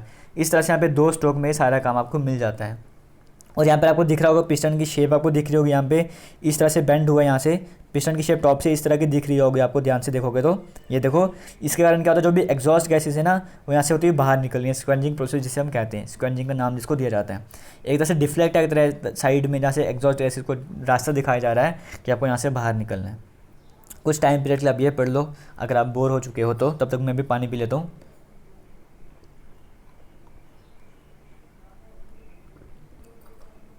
यहाँ तक मैं उम्मीद करता हूँ आपको सब कुछ समझ आ गया होगा। ये भी एक बार पढ़ लो, फिर हम उसके बाद आगे की तरफ बढ़ते हैं यहाँ पर, ठीक है। और अगर आपको नोट्स चाहिए होंगे तो ये जो PDF है, इसका लिंक आपको वीडियो के डिस्क्रिप्शन में मिल जाएगा। ये सब कुछ समझ आ चुका है। क्या हमें स्क्रीन को रोटेट करना चाहिए? एक बार हम स्क्रीन को रोटेट करके इसको पढ़ लेते हैं एक बार यहाँ पर कि डिफरेंस क्या है 2 स्ट्रोक और 4 स्ट्रोक इंजन में। यहाँ पे शायद से आपको सब कुछ क्लियरली दिख नहीं रहा होगा, बट मैं आपको बोल के बताऊंगा, फिर आपको सब कुछ समझ आ जाएगा, ठीक है। अगर हम बात करें 2 स्ट्रोक इंजन की, पहले हमने पेट्रोल इंजन डीजल इंजन के बारे में पढ़ लिया। हमने भी 2 स्ट्रोक पेट्रोल इंजन के बारे में पढ़ा ना, वैसे ही 2 स्ट्रोक डीजल इंजन भी काम करता है। बस वहाँ पे डिफरेंस क्या हो जाएगा, इनटेक के टाइम पर वहाँ पे सिर्फ एयर एंटर करेगी और स्पार्क प्लग की जगह वहाँ पे फ्यूल इंजेक्टर आ जाएगा। बाकी प्रोसेस वगैरह सेम टू सेम वही सब कुछ है जैसे हमने पहले डिस्कस किया है। अब हम 2 स्ट्रोक और 4 स्ट्रोक इंजन में डिफरेंस देख लेते हैं। 2 स्ट्रोक इंजन में क्या है, साइकिल जो है वो 2 स्ट्रोक में कंप्लीट हो रही है, हमें समझ आ गया। 4 स्ट्रोक में क्या है, साइकिल जो है वो 4 स्ट्रोक में कंप्लीट हो रही है। साइकिल मतलब जो पूरा काम हो रहा है ना वो 4 स्ट्रोक में हो रहा है। और जब हम 2 स्ट्रोक की बात करते हैं तब क्रैंक शाफ्ट सिर्फ एक ही बार घूमती है, पूरा क्रैंक शाफ्ट सिर्फ एक ही बार घूमती है और आपके 2 स्ट्रोक कंप्लीट हो जाते हैं। और जब हम 4 स्ट्रोक की बात करते हैं वहाँ पे जो क्रैंक शाफ्ट है उसे 2 बार घूमना पड़ता है, 2 बार घूमना पड़ता है, तब जाके 4 स्ट्रोक कंप्लीट होते हैं, ठीक है। इसका मतलब एक बार में वो 180 डिग्री घूमती है, एक बार में 180 डिग्री घूम रही है, तभी इन 2 स्ट्रोक को करने के लिए वो 360 घूमी होगी। और मतलब एक बार क्रैंक शाफ्ट ने रिवॉल्यूट किया, 2 स्ट्रोक कंप्लीट। 4 स्ट्रोक की जब हम बात करते हैं क्रैंक शाफ्ट 2 बार रिवॉल्यूट करती है, जिसके कारण 4 स्ट्रोक कंप्लीट होते हैं। 2 स्ट्रोक में लाइटर जो फ्लाई व्हील है वो ज़्यादा लाइटर चाहिए आपको, और 4 स्ट्रोक में हायर जो आपको हैवियर फ्लाई व्हील चाहिए होता है। इतना क्लियर हो गया। ये कुछ और भी जो बेसिक से डिफरेंस है आपके सामने स्क्रीन में होंगे, आप इनको देख सकते हो। बेसिक से जो डिफरेंस था वो आपको मैंने बता दिया है। और हम चलते हैं आगे की तरफ, जो भी इंपॉर्टेंट चीज़ें हैं और वो सब कुछ हम यहाँ पे समझ लेते हैं, ठीक है। यहाँ पर अब हम आ चुके हैं पिस्टन रिंग्स की तरफ। एक बार फिर से स्क्रीन को रोटेट कर देते हैं हम यहाँ से, तभी आपको बेटर वे में समझ आएगा। हमने पिस्टन की बात करें तब से पिस्टन वगैरह आ गया सब कुछ, अब उसके बारे में समझ लेते हैं।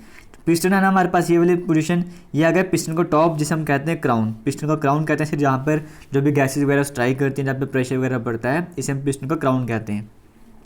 यहाँ पर 3 तरह की रिंग्स भी यूज़ हो रही हैं, जिनको जैसे आपको स्पेस दिख रही है ना यहाँ पे, अभी आपको रिंग्स की फ़ोटो भी दिखा दूंगा।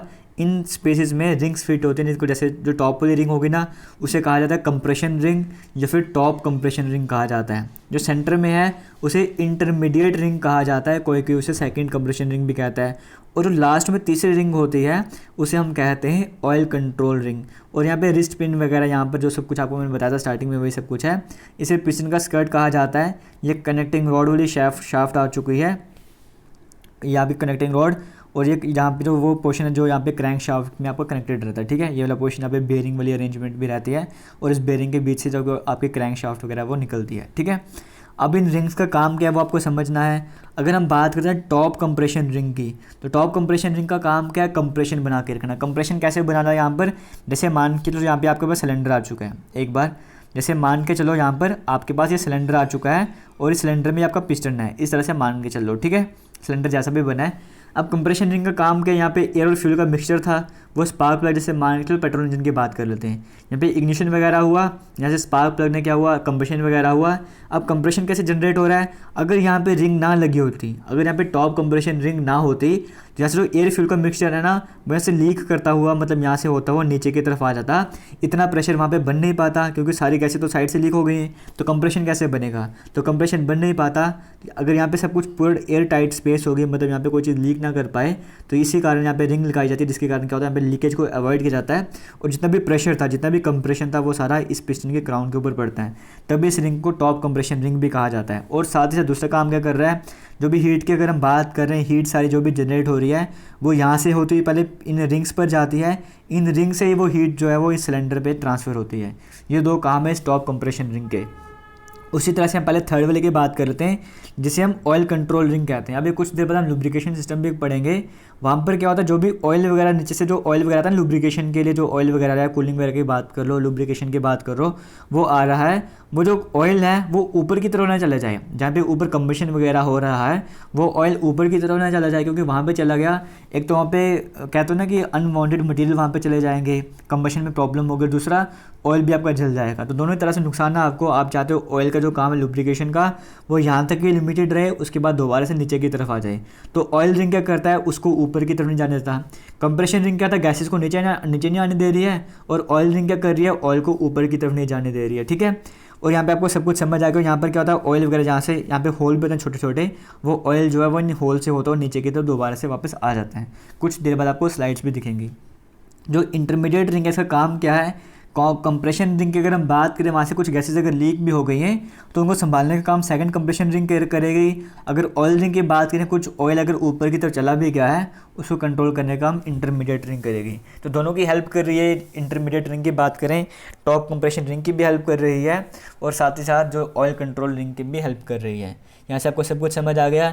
ये आपको दिख रहा होगा यहाँ पर, ये रिंग्स की अगर हम जो अभी बात की हमने, उनको फिट किया जा रहा है। ठीक है, एक ऑलरेडी फिटेड है और दूसरे को फिट किया जा रहा है। समझ आ गया सब कुछ, इस तरह से इनको फिट किया जाता है। आगे बात कर लेते हैं। अब ये आगे आपके पास सामने स्पार्क प्लग। पेट्रोल इंजन के केस में हमने देखा था स्पार्क प्लग के बारे में पढ़ रहे थे, वहाँ पे इग्निशन वगैरह हो रहा था। आपने जनरली देखा भी होगा गाड़ियों में, अगर बाइक की सिंपली बात करें, एक बार बाइक स्टार्ट नहीं होती है, आप इस स्पार्क प्लग को साफ़ करते हो। यहाँ से स्पार्क प्लग को साफ़ करने के बाद आपकी बाइक जो है वो ठीक चलना स्टार्ट हो जाती है।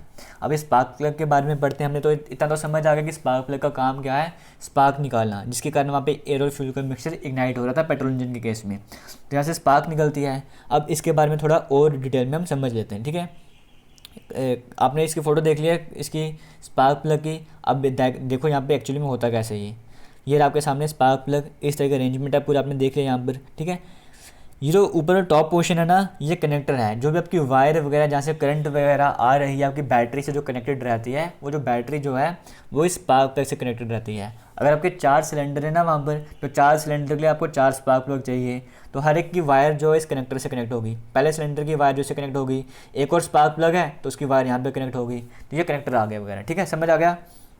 बीच में आपके पास इलेक्ट्रोड रहते हैं। जो ये वाला इलेक्ट्रोड है इसे कहते हैं सेंट्रल इलेक्ट्रोड, और एक नीचे की तरफ आपको दिख रहा है इसे हम कहते हैं ग्राउंड इलेक्ट्रोड।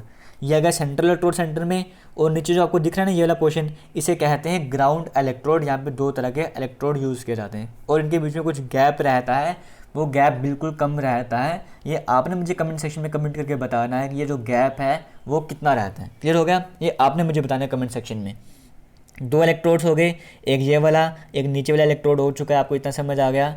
और ये जो सेंट्रल इलेक्ट्रोड है ना, इसके बाद ये पूरा पोर्शन है, इसको हम शेल कहते हैं। इस चीज़ को हम शेल वगैरह कहते हैं। और इस इलेक्ट्रोड के बीच में और इस शेल के बीच में एक इंसुलेटर भी ऐड किया जाता है। इंसुलेटर के 2 रीज़न है ऐड करने के। एक रीज़न तो ये है कि यहाँ पे जो करंट आ रही है ना, वो भी कुछ देर में हम देखेंगे कितनी ज़्यादा करंट यहाँ पर होती है, वोल्टेज बहुत ज़्यादा होती है, करंट बहुत ज़्यादा होती है। तो उसके कारण क्या होता है, ये जो बाहर की जो शेल है ना वो गर्म हो जाएगी, हीट हो जाएगी, उसको बचाना भी है। तो एक तो इंसुलेटर वो काम करता है। दूसरा ये काम करता है कि यहाँ से भी हम कुछ देर बाद देखेंगे कि ये काम कैसे करता है। जो अगर हम स्पार्क प्लग की बात करें, तो हम नहीं चाहते कि जो भी ये इलेक्ट्रोड है ये इस शेल के कांटेक्ट में आ जाए और ये जो इलेक्ट्रोड और इस शेल के बीच में कोई रिलेशनशिप बनकर आ जाए, हम ये नहीं चाहते हैं। हम चाहते हैं कि करंट जो फ्लो करे है वो इस इलेक्ट्रोड से होते हुए जो ग्राउंड वाला इलेक्ट्रोड है ना, इस पर ट्रांसफ़र हो, ना कि इस इलेक्ट्रोड से इस शेल पर ट्रांसफ़र हो। ये भी रीज़न है कि यहाँ पे बीच में एक इंसुलेटर ऐड किया जाता है। यहाँ पे गैसकेट वगैरह है यहाँ पे, और यहाँ पे कुछ ग्रुप से कटे हुए ताकि इसको पूरी तरह से प्रॉपर यहाँ पे फिट किया जा सके। जैसे होता है ना टीथ वगैरह काट होते हैं, उसी तरह की अरेंजमेंट होती है ताकि प्रॉपर फिटिंग हो सके। ठीक है, अब ये काम कैसे करता है देखो, यहाँ पर बिल्कुल सिंपल लैंग्वेज में लिखा हुआ, आप इसे पढ़ भी सकते हो। जो भी आपकी बैटरी वगैरह है वहाँ पे आगे जैसे हम पढ़ते हैं ना स्टेप अप ट्रांसफार्मर वगैरह, उसी तरह का वहाँ पे कंसेप्ट यूज़ किया जाता है, जिसके कारण वहाँ पे हाई वोल्टेज जनरेट होती है। वहाँ पे दो तरह की यहाँ पे हम पढ़ते हैं ना वायरिंग, उसके बारे में, वायरिंग के बारे में यहाँ पे इस तरह से। तो यहाँ पे दो तरह की वो स्टेप अप ट्रांसफार्मर के बारे में डिस्कस नहीं करेंगे यहाँ पर, बस इतना है कि वहाँ पे हाई वोल्टेज जनरेट होती है। वो हाई वोल्टेज जनरेट वायर के थ्रू इस कनेक्टर तक आ जाती है। जब वो हायर वोल्टेज जो इस वायर तक आ चुकी है, उसके बाद क्या होता है, वो इस इलेक्ट्रोड से आगे आगे आके तो घूमना स्टार्ट कर देती है। अब यहाँ पर जब स्टार्टिंग में जहाँ पे करंट वगैरह नहीं आ रही थी ज़्यादा, तब तक क्या था, इस इलेक्ट्रोड और इस इलेक्ट्रोड के बीच में जो गैप है, वहाँ पे जो भी हवा थी वो सिंपल नॉर्मल हवा रहती है, वहाँ पे कुछ भी नहीं होता। लेकिन जैसे ही यहाँ पे हाई वोल्टेज वाली करंट आती है, इसका जो बीच की हवा होती है ना, वो आयंस की फॉर्म में बन जाती है, मतलब वहाँ पे चार्ज आ जाता है, मतलब वहाँ पे वो आयनाइज्ड बन जाती है, सिंपल आप ऐसा कह सकते हो। और आयनाइज्ड गैस की बात करें, वहाँ पे पॉजिटिव नेगेटिव चार्ज आ गए हैं, तो इसका मतलब क्या है, वो कंडक्टर की तरह बिहेव करेंगे, और इसका कंडक्टर बन गया, इसका मतलब वो करंट को अलो करेंगे वहाँ से उस गैप से फ्लो करने में। तो अगर गैप से करंट फ्लो कर रही है, इसका मतलब क्या है, वहाँ पे जो स्पार्क प्लग वगैरह वो ईजिली जनरेट हो जाती है। और याद रखना, यहाँ पे जिसको वोल्टेज चाहिए होती है ना स्पार्क प्लग को काम करने के लिए, वो 12,000 से 25,000 तक की वोल्टेज यहाँ पर चाहिए होती है प्रॉपर। अगर हम बात करें 12,000 तो कम से कम चाहिए, इतनी वोल्टेज मिलेगी तभी यहाँ पे प्रॉपर काम होगा। और एक गैप बना रहेगा ना बीच में, तभी काम होगा। तभी आप गाड़ी में देखते हो, बाइक वगैरह में इस गैप को जनरली साफ़ किया जाता है, कार्बन पेपर वगैरह लेके आप इसको साफ़ करते हो। क्यों? क्योंकि गैस अगर बीच में गैप होगी तभी हवा होगी, हवा होगी तभी वो आयनाइज वगैरह होगी। तो यही रीज़न है आपका। जैसे स्पार्क प्लग के क्या क्या पार्ट्स थे, कैसे काम करता है, उम्मीद करता हूँ आपको सब कुछ समझ आ गया होगा। ठीक है, छोटा सा मोटिवेशन कोड आपके लिए, एक बार इसे पढ़ो, फिर हम उसके बाद आगे की तरफ चलते हैं। ठीक है, कहा गया कि अगर आप उसके लिए सेक्रीफाइस नहीं करोगे जो आप चाहते हो, तो जो आप चाहते हो वही सेक्रीफाइस बन जाएगा आपके लिए। अब यहाँ पे मटेरियल्स की बात कर लेते हैं, क्या क्या चीज़ हमने जो इंपॉर्टेंट चीज़ जितनी भी पढ़ी हैं वो किस किस मटेरियल से बनी होती हैं, वो हमें समझना है। यहाँ पर हम स्क्रीन को एक बार फिर से रोटेट कर लेते हैं। मुझे पता है कि आपको प्रॉब्लम्स हो रही होंगी इनके कारण, बट यहाँ पे थोड़ा सा आपको मैनेज करना पड़ेगा। ठीक है, ऐसे आपको सब कुछ क्लियर दिख नहीं रहा होगा, तो अब आपको अच्छे से दिख भी सकते हैं। सबसे पहले हम बात कर लेते हैं सिलेंडर की। इंजन सिलेंडर की हमने बात की थी, वो जनरली कास्ट आयरन का या फिर एलॉय स्टील का बना होता है। कास्ट आयरन क्योंकि हमें पता है ना, वहाँ पे स्ट्रेंथ वगैरह ज़्यादा चाहिए, वहाँ पे हार्ड ज़्यादा चाहिए, इसलिए वो कास्ट आयरन का या फिर एलॉय स्टील का बना होता है। और कास्टिंग के प्रोसेस से बनाया जाता है। कास्टिंग की हमारे चैनल पर पूरी प्लेलिस्ट है जहाँ पर मैंने आपको बताया है कास्टिंग के बारे में, फॉर्जिंग के बारे में क्या होता है। तो वो कास्टिंग के प्रोसेस को बनाया जाता है। सिलेंडर हेड की बात करें, जो सबसे पहले आपको मैंने बताया था, जहाँ पे 4 तरह के होल वगैरह थे, जहाँ पर मैं आपको गैस्केट्स भी बताए थे वो, तो वो सिलेंडर हेड था आपके सामने। वो भी कास्ट आयरन का या फिर एल्यूमिनियम एलॉय का भी बनाया जाता है, क्योंकि आज के टाइम पे कंपनीज चाहती हैं कि एल्यूमिनियम की चीज़ें हम बनाएं।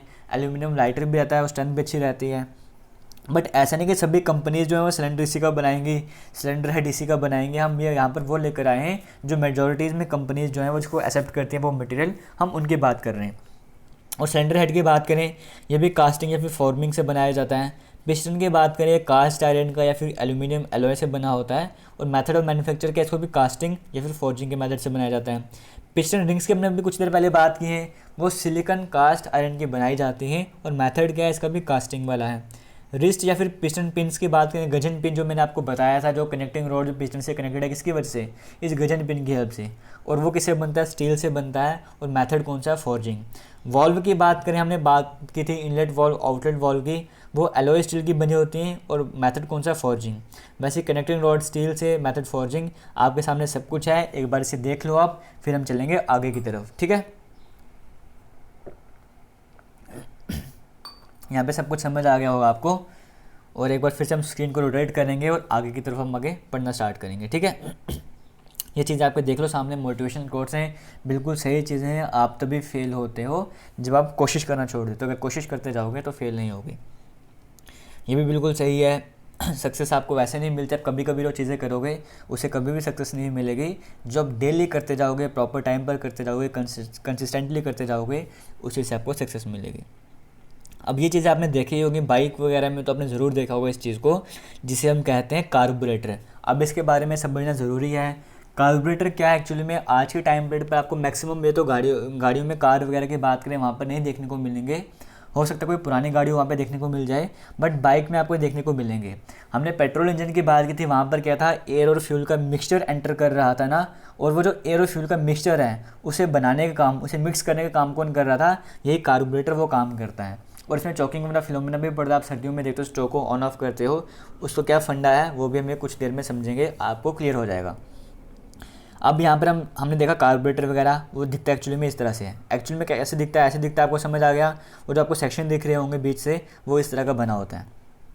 अब ये समझो काम कैसे करता है। एक बार मैं इन चीज़ों को थोड़ा साइड में कर लूँ, फिर हम समझते हैं काम कैसे करता है।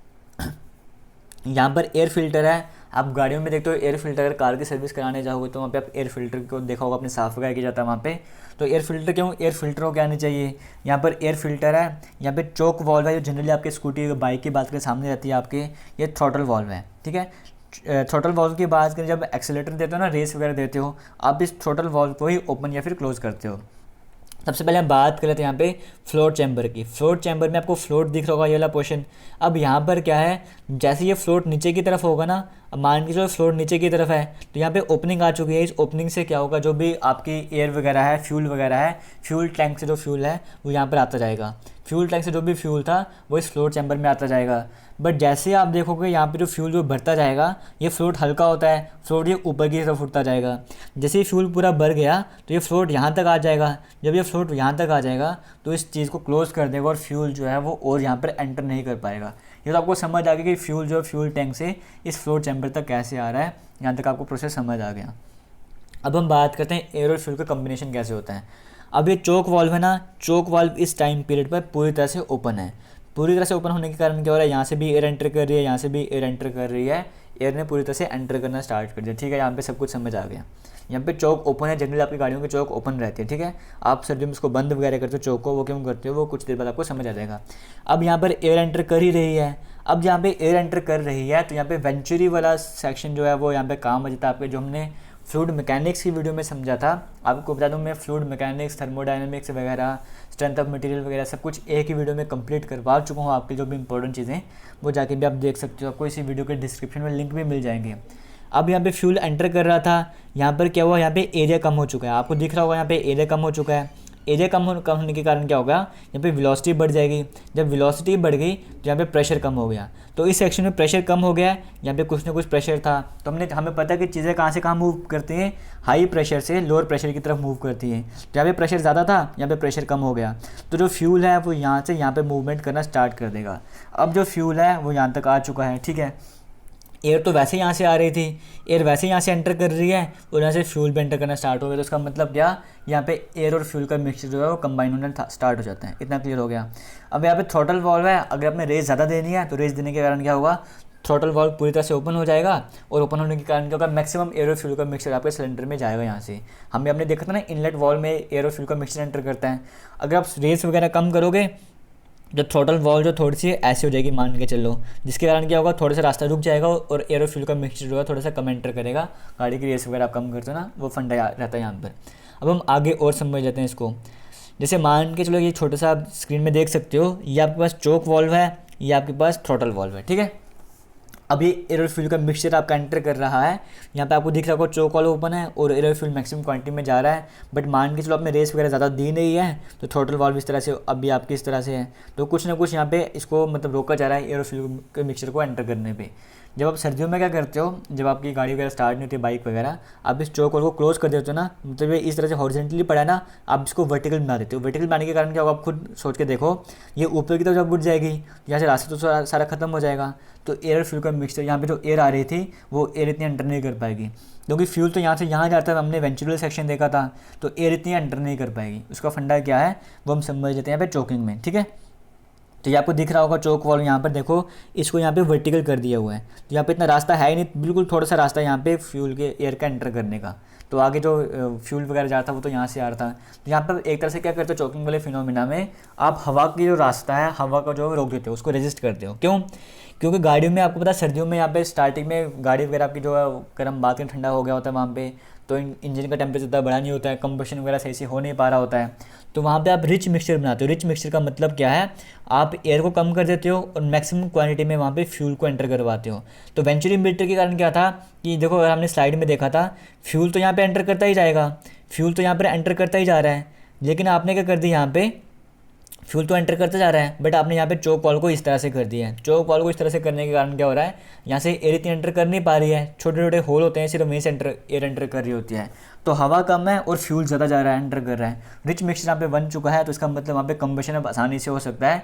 ये रीज़न है कि आप चोक वाल को जनरली क्लोज करते हो सर्दियों में, ठीक है, गाड़ी को स्टार्ट करते टाइम। बाकी कोई फंडा यहाँ पर नहीं है। आप रिच मिक्सचर बनाना चाहते हो, फ्यूल की ज़्यादा एंट्री करना चाहते हो, ये फंडा आपके सामने आ चुका है। इतना क्लियर हो गया? अब यहाँ तक आपको सब कुछ समझ आ गया होगा। अब हम बात कर रहे थे हीट इंजन की, बात कर रहे हैं उसकी क्लासिफिकेशन की। अब हमें समझ आ गया है इंजन वगैरह काम कैसे करता है। आईसी इंजन के बारे में हमने बड़ा कुछ समझ लिया है। अब आईसी इंजन हमें समझ आ गया है, हमने समझना है कि आईसी इंजन और एसी इंजन की बात करें, इनके बीच में डिफरेंस क्या है वो हम समझेंगे। आईसी इंजन की एग्जांपल हम भी हमने देख ली, पेट्रोल इंजन, डीजल इंजन। और एसी इंजन की बात करें, एक्सटर्नल कंबशन इंजन, इसकी सबसे बढ़िया एग्जाम्पल जो है वो है आपके सामने स्टीम इंजन। जैसे आप गाड़ी में देखते हो ना, ट्रेन वगैरह चलती थी पहले स्टीम इंजन वगैरह से, वो सबसे इसकी बेस्ट एग्जाम्पल है, उसके बारे में समझेंगे। हीट इंजन एक्चुअली में है क्या, जो भी फ्यूल है ना हमारे पास, फ्यूल यूज़ करते हैं, फ्यूल की केमिकल एनर्जी को किस में कन्वर्ट किया जा रहा है, हीट एनर्जी में। हीट जनरेट होती है और इस हीट को किस में कन्वर्ट किया जाता है, मैकेनिकल एनर्जी में, क्योंकि आप शाफ्ट वगैरह घुमाते हो ना, तो मैकेनिकल एनर्जी मिल रही है। कहने का मतलब ये है कि आप हीट एनर्जी को मैकेनिकल एनर्जी में यहाँ पर कन्वर्ट कर रहे हो। ये सिंपल सी डेफिनेशन आप समझ सकते हो, ठीक है। अब एसी इंजन की बात करें या आईसी इंजन की बात करें, ये तो दो डिफरेंस हो गए। आगे ये रेसिप्रोकेटिंग भी हो सकते हैं, रोटरी भी हो सकते हैं। रेसिप्रोकेटिंग जैसा अभी तक हम पढ़ते हैं, पिस्टन की मूवमेंट अप डाउन हो रही है, सिलेंडर एक जगह फिक्स है। रोटरी में क्या होगा, सिलेंडर भी रोटेट करना स्टार्ट कर देते हैं, ठीक है। वो ज़्यादा इंपॉर्टेंट नहीं है हमारे लिए, हम फिलहाल एक्सटर्नल कंबशन इंजन के बारे में बात कर लेते हैं। जब बेसिक सा डिफरेंस आप ऐसे समझ सकते हो कि इंटरनल कंबशन इंजन में क्या होता है, जो आपका वर्किंग फ्लूइड होता है ना, पहले हम एक्सटर्नल कंबशन इंजन की बात कर लेते हैं, फिर आपको क्लियर हो जाएगा। जैसे एक्सटर्नल कंबशन इंजन में स्टीम इंजन की बात करते हैं, एक जगह आपका बॉयलर वगैरह होता है जहाँ पे पानी वगैरह भरा होता है, आप इसको मतलब नीचे फ्यूल वगैरह इग्नाइट करके यहाँ से जो भी स्टीम निकलती है, फिर उस स्टीम की हेल्प से आप यहाँ जो पिस्टन की मूवमेंट है ना वो करवाते हो। मतलब यहाँ पानी भरा हुआ था, उससे स्टीम निकलती है, उस स्टीम के प्रेशर से आप पिस्टन को ऊपर नीचे मूवमेंट करवाते हो। ऐसा होता है स्टीम इंजन में, बेसिक लैंग्वेज में कहा जाए तो यहाँ पर डिफरेंस, आप सबसे बड़ा डिफरेंस कैसे समझ सकते हो, वर्किंग फ्लूइड और एक हमारे पास आता है वर्किंग फ्लूइड, एक आता है प्रोडक्ट्स ऑफ कंबशन, ठीक है। याद रखना प्रोडक्ट्स ऑफ कंबशन का मतलब क्या है। जैसे यहाँ पर अगर हम बात करें ना, प्रोडक्ट्स ऑफ कंबशन क्या हो गए, अगर हम बात करेंगे स्टीम इंजन की, तो प्रोडक्ट्स ऑफ कंबशन क्या होगा आपका, एयर और फ्यूल। जैसे फ्यूल की बात करें, एयर तो है ही है आपके पास, और आप यहाँ पे कोयला वगैरह यूज़ करते हो इस वाटर को बॉयल करने के लिए, तो एयर और फ्यूल जो है वो आपकी प्रोडक्ट्स ऑफ कंबशन हो गए।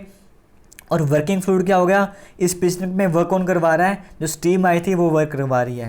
तो यहाँ पे स्टीम इंजन की बात करोगे, यहाँ पर एक्सटर्नल कंबशन इंजन की बात करोगे, यहाँ पे वर्किंग फ्लूइड अलग है, वर्किंग फ्लूइड स्टीम है, और प्रोडक्ट्स ऑफ कंबशन अलग हैं। तो सबसे बड़ा डिफरेंस यही है आईसी इंजन और एसी इंजन में, प्रोडक्ट्स ऑफ कंबशन और वर्किंग फ्लूइड का।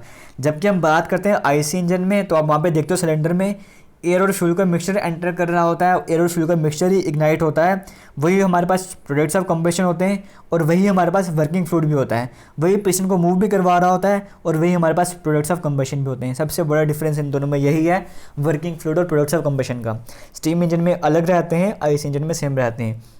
और आपको समझना तो कई सारे तरीके हैं, जैसे आप कह सकते हो कि आईसी इंजन की अगर हम बात करें, जहाँ पर कंबशन हो रहा होता है, वहीं पर भी आपको वर्क भी मिलता है, वहीं पे शाफ्ट भी होते हैं। और स्टीम इंजन की बात करें, कंबशन कहीं और हो रहा है और शाफ्ट कहीं और जाके घूम रही है, ऐसे भी समझ सकते हो।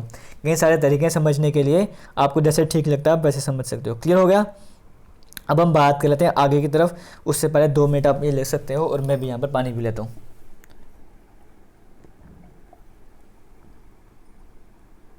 यहाँ तक सब कुछ आपको क्लियर हो गया होगा। अब हम बात करते हैं आगे की तरफ चलते हैं, ठीक है। अभी तक हमने पढ़ा पेट्रोल इंजन, डीजल इंजन वगैरह सबके बारे में पढ़ लिया है। तो जो पेट्रोल इंजन की हमने बात की थी ना, वो ऑटो साइकिल पर बेस्ड है। इसके लिए हम कुछ देर के लिए स्क्रीन को रोटेट करेंगे, फिर समझना स्टार्ट करेंगे। पेट्रोल इंजन किस पर बेस्ड है, इस ऑटो साइकिल पर बेस्ड है। अब हमें इसके बारे में समझना है। यहाँ पे पीवी और टीएस डायग्राम हमें समझनी होगी। हालांकि इसके बारे में हम थर्मोडायनेमिक्स वाली प्लेलिस्ट में, थर्मोडायनेमिक्स वाली वीडियो में डिटेल में समझ चुके हैं। यहाँ पर होता क्या एक्चुअली में, देखो अगर हम यहाँ पे बात करें पीवी डायग्राम ये हमारे पास, टीएस डायग्राम हमारे पास ये है। 4 तरह के प्रोसेस होंगे। जैसे हम वहाँ पे पहले बात कर रहे थे इनटेक स्ट्रोक, तो इनटेक स्ट्रोक आपके पास यहाँ पर ये रहा। इनटेक स्ट्रोक मतलब एयर और फ्यूल का मिक्सचर एंटर कर रहा था, वो कांस्टेंट प्रेशर में हो रहा था, तो वो ये वाली लाइन रहती है। इनटेक स्ट्रोक की बात है, कंप्रेशन स्ट्रोक, यहाँ पे ये कंप्रेशन हो रहा है, एयर और फ्यूल को कंप्रेस किया जा रहा है। इतना क्लियर हो गया। प्रेशर बढ़ रहा था, यहाँ पर भी प्रेशर बढ़ रहा है। ये हो गया आइसेंट्रोपिक कंप्रेशन, मतलब एडियाबैटिक कंप्रेशन। आप यहाँ पे चाहते हो हीट लॉस ना हो, तो यहाँ पर हीट वगैरह का लॉस वगैरह नहीं होता, हीट यहाँ पे बाहर नहीं जाती है, ठीक है। यहाँ पे उसके बाद क्या होता है, वहाँ पे जो स्पार्क लगा, वहाँ से स्पार्क निकल रही थी ना, तो यहाँ पर क्या हो गया, एक तो हो गया हमारे पास कंप्रेशन स्ट्रोक। फिर आता है कांस्टेंट वॉल्यूम हीट एडिशन, मतलब वहाँ पे स्पार्क प्लग से स्पार्क निकल रही थी, हीट वहाँ पर ऐड हो रही थी। और सेकंड प्रोसेस यहाँ पर क्या होगा, 2 से 3 वाला कौन सा हो गया, constant volume heat addition. Constant volume में हीट एडिशन हो रही है। उसके बाद आपको पावर स्ट्रोक मिल रहा था, वर्किंग स्ट्रोक मिल रहा था, वो हो गया आइसेंट्रोपिक एक्सपेंशन।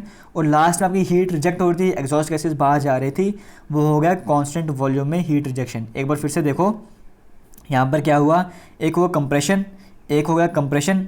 हम यहाँ पे वो इंटेक स्ट्रोक को भूल जाते हैं, उसके बाद स्टार्ट करते हैं। कंप्रेशन हो रहा है, हीट लॉस नहीं हो रहा, कांस्टेंट वॉल्यूम में हीट को ऐड किया जा रहा है। फिर से आइसेंट्रोपिक यहाँ पे एक्सपेंशन हो रहा है और कांस्टेंट वॉल्यूम में हीट को रिजेक्ट किया जा रहा है। वही टीएस डायग्राम की बात करेंगे तो सब कुछ सेम ही है। आइसेंट्रोपिक कंप्रेशन को यहाँ पर अगर हम बात करें, यहाँ पे रिवर्सिबल एडियाबैटिक प्रोसेस था, उसी को आइसेंट्रोपिक मतलब एंट्रोपी कांस्टेंट, तो 1 से 2 आपको एंट्रोपी दिख रहा होगा, कांस्टेंट है। आइसेंट्रोपिक कंप्रेशन, फिर कांस्टेंट वॉल्यूम हीट एडिशन, देखो वॉल्यूम में वॉल्यूम बढ़ रही है, हीट एडिशन, वॉल्यूम सेम है, कांस्टेंट वॉल्यूम में हीट एडिशन हो रही है। आइसेंट्रोपिक एक्सपेंशन है और कांस्टेंट वॉल्यूम हीट रिजेक्शन है। इसके बारे में नहीं समझा तो यहाँ पर कुछ ज़्यादा बड़ी इशू नहीं है, यहाँ पर थर्मोडायनेमिक्स वाली वीडियो जाके आप देख सकते हो। डीजल साइकिल की अगर बात की जाए ना, वही सेम चीज़ है यहाँ पर भी, बस डिफरेंस यहाँ पर क्या आ चुका है, यहाँ पे डिफरेंस ये आ गया कि यहाँ पर आपके पास वही है, एक आइसेंट्रोपिक कंप्रेशन आपके पास यहाँ पर भी है, बस यहाँ पर जो हीट एडिशन हो रही है वो कांस्टेंट प्रेशर में हो रही है। ऑटो साइकिल में कांस्टेंट वॉल्यूम में हीट एडिशन थी, यहाँ पर बात की जाए तो कांस्टेंट प्रेशर पे यहाँ पर हीट एडिशन हो रही है। इतना आपको समझ आ गया होगा। उसके बाद फिर से यहाँ पर भी वही है, आइसेंट्रोपिक एक्सपेंशन, और एक्सपेंशन होने के बाद यहाँ पर क्या हो रहा है, हीट लॉस हो रही है, वो हो गया आपके पास कांस्टेंट वॉल्यूम हीट रिजेक्शन। और उसकी टीएस डायग्राम आपके सामने है, आप यहाँ पे जाके देख सकते हो। उसी तरह से एक ड्यूल साइकिल भी आती है। ड्यूल साइकिल में क्या होता है आपके पास, यहाँ पे पहले आइसेंट्रोपिक कंप्रेशन यहाँ पर भी हो गया है। यहाँ पर क्या हो रहा है, हीट एडिशन जो है वो कांस्टेंट वॉल्यूम में भी हो रही है और कांस्टेंट प्रेशर में भी हो रही है। फिर उसके बाद वही आइसेंट्रोपिक एक्सपेंशन हो गया और हीट रिजेक्शन जो है वो कांस्टेंट वॉल्यूम में। अभी तक हमने देखा कि हीट एडिशन जो है वो कांस्टेंट वॉल्यूम में ही हो रहा है, डिफरेंस सिर्फ हीट एडिशन में हो रहा है। ऑटो साइकिल में, पेट्रोल साइकिल में हीट एडिशन कांस्टेंट वॉल्यूम में था, डीजल साइकिल की बात करें तो वो कांस्टेंट प्रेशर में है। यहाँ तक आपको सब कुछ समझ आ गया होगा। अब हम चलते हैं आगे की तरफ। यहाँ से आपके एग्जाम्स में क्वेश्चन पूछे जाते हैं, ये आपको डिटेल में समझना है, इसके लिए मैं स्क्रीन को रोटेट करूँगा एक बार, यहाँ से आपको इसको देखना होगा, ठीक है। यहाँ पर देखो क्या कहा गया है, जहाँ से आपके एग्जाम में क्वेश्चन आते हैं। सबसे पहली बात, अगर कंप्रेशन रेशो सेम होगी, देखो कंप्रेशन रेशो के बारे में कुछ देर में हम भी समझेंगे, वैसे जनरली बात की जा रही है, मान के चलो अगर यहाँ पे कंप्रेशन रेशो सेम रहती है और हीट एडिशन सेम होगी, हीट एडिशन जो है वो सेम हो रही है और कंप्रेशन रेशो भी सेम हो रही है। अगर हम ऑटो साइकिल की बात करें या ड्यूल साइकिल की बात करें, डीजल साइकिल की बात करें, सबसे ज़्यादा एफिशिएंसी किसकी होगी, ऑटो साइकिल की। कब, अगर हीट एडिशन सेम हो रही है, कंप्रेशन रेशो सेम है, सबसे ज़्यादा एफिशिएंसी ऑटो साइकिल की, फिर उससे कम एफिशिएंसी डीजल साइकिल की, ड्यूल साइकिल की, उससे कम एफिशिएंसी डीजल साइकिल की। अगर हम बात करें सेम कंप्रेशन रेशो और सेम हीट रिजेक्शन की, यहाँ पे हीट रिजेक्शन सेम हो रहा है, तब भी सबसे ज़्यादा एफिशिएंसी ऑटो साइकिल की हो गई, सेंटर में ड्यूल आ जाएगा और लास्ट में डीजल साइकिल आ गया। ड्यूल साइकिल हमेशा सेंटर में ही रहेगा, ये चीज़ें याद रखना। जब हम सेम कंप्रेशन रेशो और सेम हीट एडिशन की बात करें या सेम कंप्रेशन रेशो और सेम हीट रिजेक्शन की बात करें, सबसे ज़्यादा एफिशिएंसी यहाँ पर ऑटो साइकिल की हो जाएगी। इतना आपको समझ आ गया होगा, ठीक है। अब हम बात कर लेते हैं, अगर मैक्सिमम प्रेशर की बात करें, मैक्सिमम प्रेशर, टेम्परेचर और सेम हीट रिजेक्शन की बात करें, यहाँ पर ज़्यादा एफिशिएंसी डीजल साइकिल की हो जाएगी और कम एफिशिएंसी ऑटो साइकिल की हो जाएगी। उसी तरह से मैक्सिमम प्रेशर और हीट सप्लाई की बात करें तो फिर से हीट डीजल साइकिल की जो एफिशिएंसी वो ज़्यादा हो जाएगी, ऑटो साइकिल की कम हो जाएगी। वैसे सेम मैक्सिमम प्रेशर और वर्क आउटपुट की बात करें तब भी डीजल साइकिल की एफिशिएंसी ज़्यादा और ऑटो साइकिल की यहाँ पर कम हो जाएगी। ये बेसिक से रिजल्ट थे जो मैं आपसे डिस्कस कर रहा था, ठीक है। एक बार ये देखो, फिर हम चलेंगे आगे की तरफ।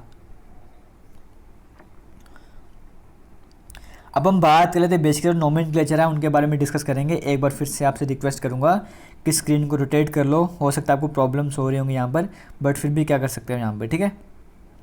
हमने देखा था कुछ देर पहले इंजन ब्लॉक के बारे में पढ़ा था हमने कुछ देर पहले, ये रहा वही आपके सामने इंजन ब्लॉक की। अगर हम बात करेंगे, एक सेकेंड, ये आपको दिख रहा होगा यहाँ पर, इंजन ब्लॉक आपके सामने यहाँ पे सिलेंडर से इनके बीच में पिस्टन वगैरह अरेंजमेंट रहती है।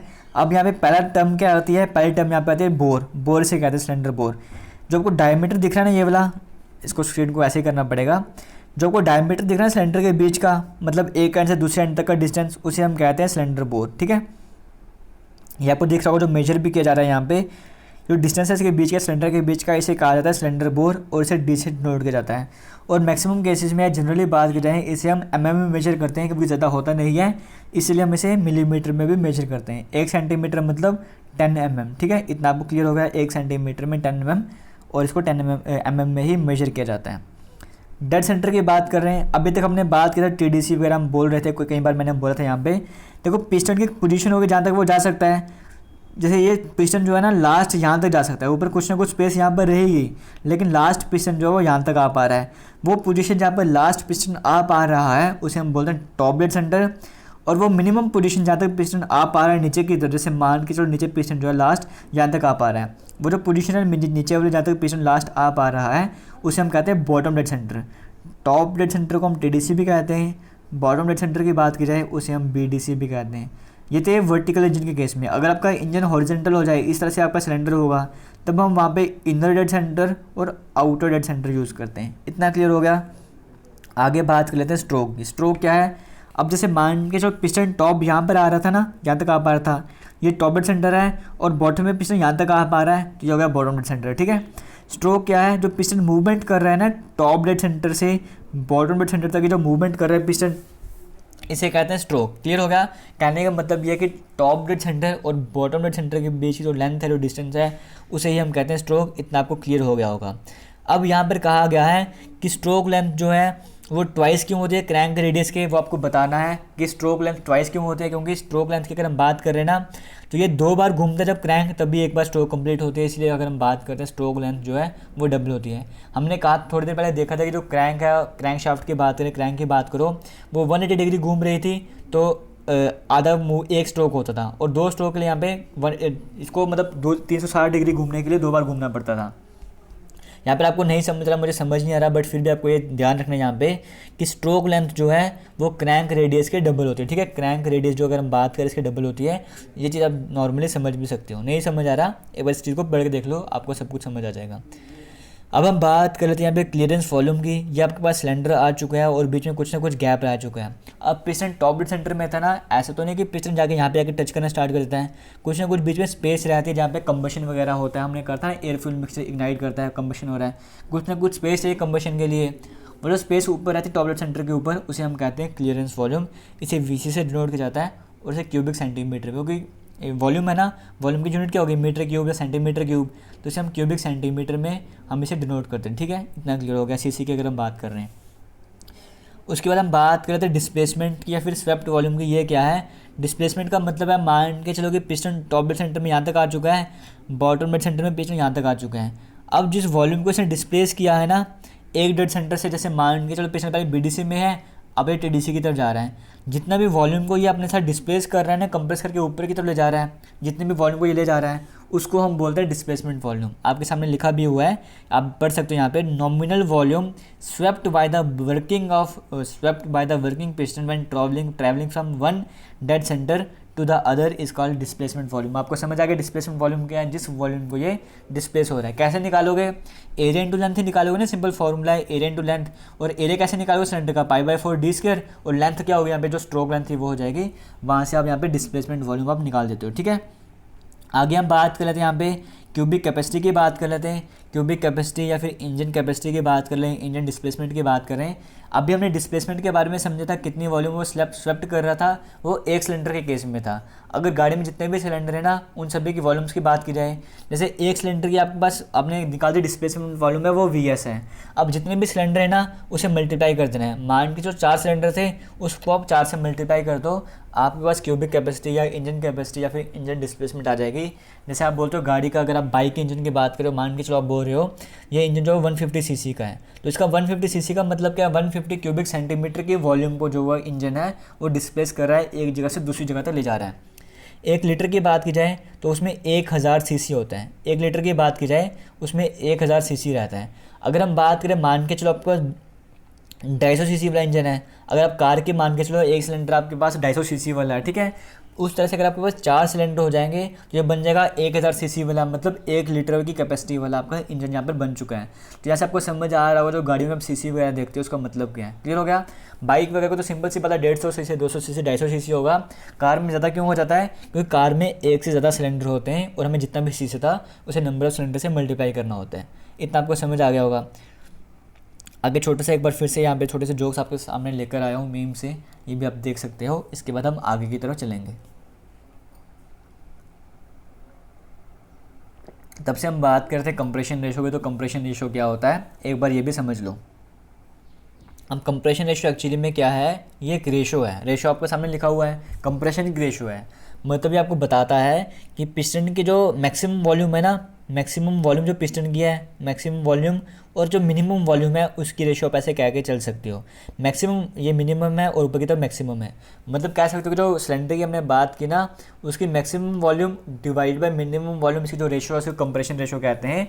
अब मैक्सिमम वॉल्यूम कब होगी, जब पिस्टन बीडीसी में होगा, तभी तो मैक्सिमम वॉल्यूम होगी, सारी स्पेस वॉल्यूम होगी ना, तभी मैक्सिमम वॉल्यूम होगी। और मिनिमम वॉल्यूम कब हो जाएगी, जब पिस्टन आपका टॉप डेड सेंटर में आ चुका है। और मिनिमम वॉल्यूम आपकी कौन सी होगी, जो आपकी ये क्लियरेंस वॉल्यूम होगी। तो आप ऐसा भी कह सकते हो कि total volume divided by clearance volume जो है, इसे हम कंप्रेशन रेशो कहते हैं। अब आप गाड़ियों में देखते हो ना कि आप पढ़ते हो एग्जाम में कि पेट्रोल इंजन की कंप्रेशन रेशो जो 10:1 रहती है, 8:1 रहती है, और डीजल इंजन की कई बार आप देखते हो 15:1, 20:1, ऐसे कुछ भी वैल्यूज़ वगैरह देखते हो। उसका मतलब समझो।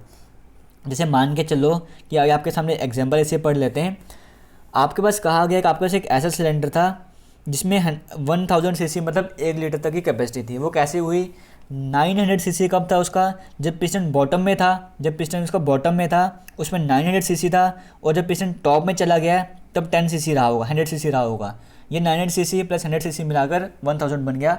ऐसे नहीं समझ रहा, कोई बात नहीं, हम समझ रहे 10:1 का मतलब क्या होता है वो हम समझ के चल लेते हैं यहाँ पे, ठीक है।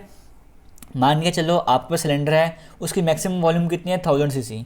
मान के चलो आपका सिलेंडर है, उसकी मैक्सिमम वॉल्यूम कितनी है, 1000 सीसी। तो हमने कहा था maximum volume divided by minimum volume की रेशो होगी। हमने लिख 1000 मैक्सिमम वॉल्यूम को हमने यहाँ पे लिख दिया। मिनिमम वॉल्यूम कितनी होगी, जब पिस्टन आपका टॉप में चला जाएगा। जब पिस्टन टॉप में चलेगा मान के चलोगे तब आपके जो सिलेंडर की वॉल्यूम है वो 100 सीसी है, वो 100 सीसी है। इन्हें आप काट लो, आपके पास आंसर क्या बचेगा, 10:1 ही बचा ना। तो 10:1 आपको मतलब समझ आएगा कंप्रेशन रेशो का मतलब क्या है, कि 1000 जो सीसी टोटल वॉल्यूम थी और 100 सीसी मिनिमम वॉल्यूम थी, वहाँ से आपका आंसर आएगा 10:1। यह था कंप्रेशन रेशो का मतलब। अगर ये कंप्रेशन रेशो ज़्यादा होगी ना, तब भी आपका जो सिलेंडर की एफिशिएंसी है वो ज़्यादा होगी। इतना आपको समझ आ गया है, ये भी एक बार देख लो। फिर हम आगे की तरफ चलते हैं, जो कुछ इंपॉर्टेंट पैरामीटर्स हैं इंजन के बारे में हम डिस्कस करते हैं। वो पैरामीटर्स भी हम समझ लेते हैं, जो कि आपके एग्जाम में भी काम आएंगे, आपके इंटरव्यू पर्पज से भी सब कुछ इंपॉर्टेंट है, ठीक है। सबसे पहले हम बात कर लेते हैं इंजन पावर में हमारे पास क्या क्या आता है। एक हमारे पास आता है इंडिकेटेड पावर, एक है फ्रिक्शनल पावर, ब्रेक पावर। हम इसे समझ लेते हैं, फिर हम कुछ देर में और भी चीज़ें समझेंगे।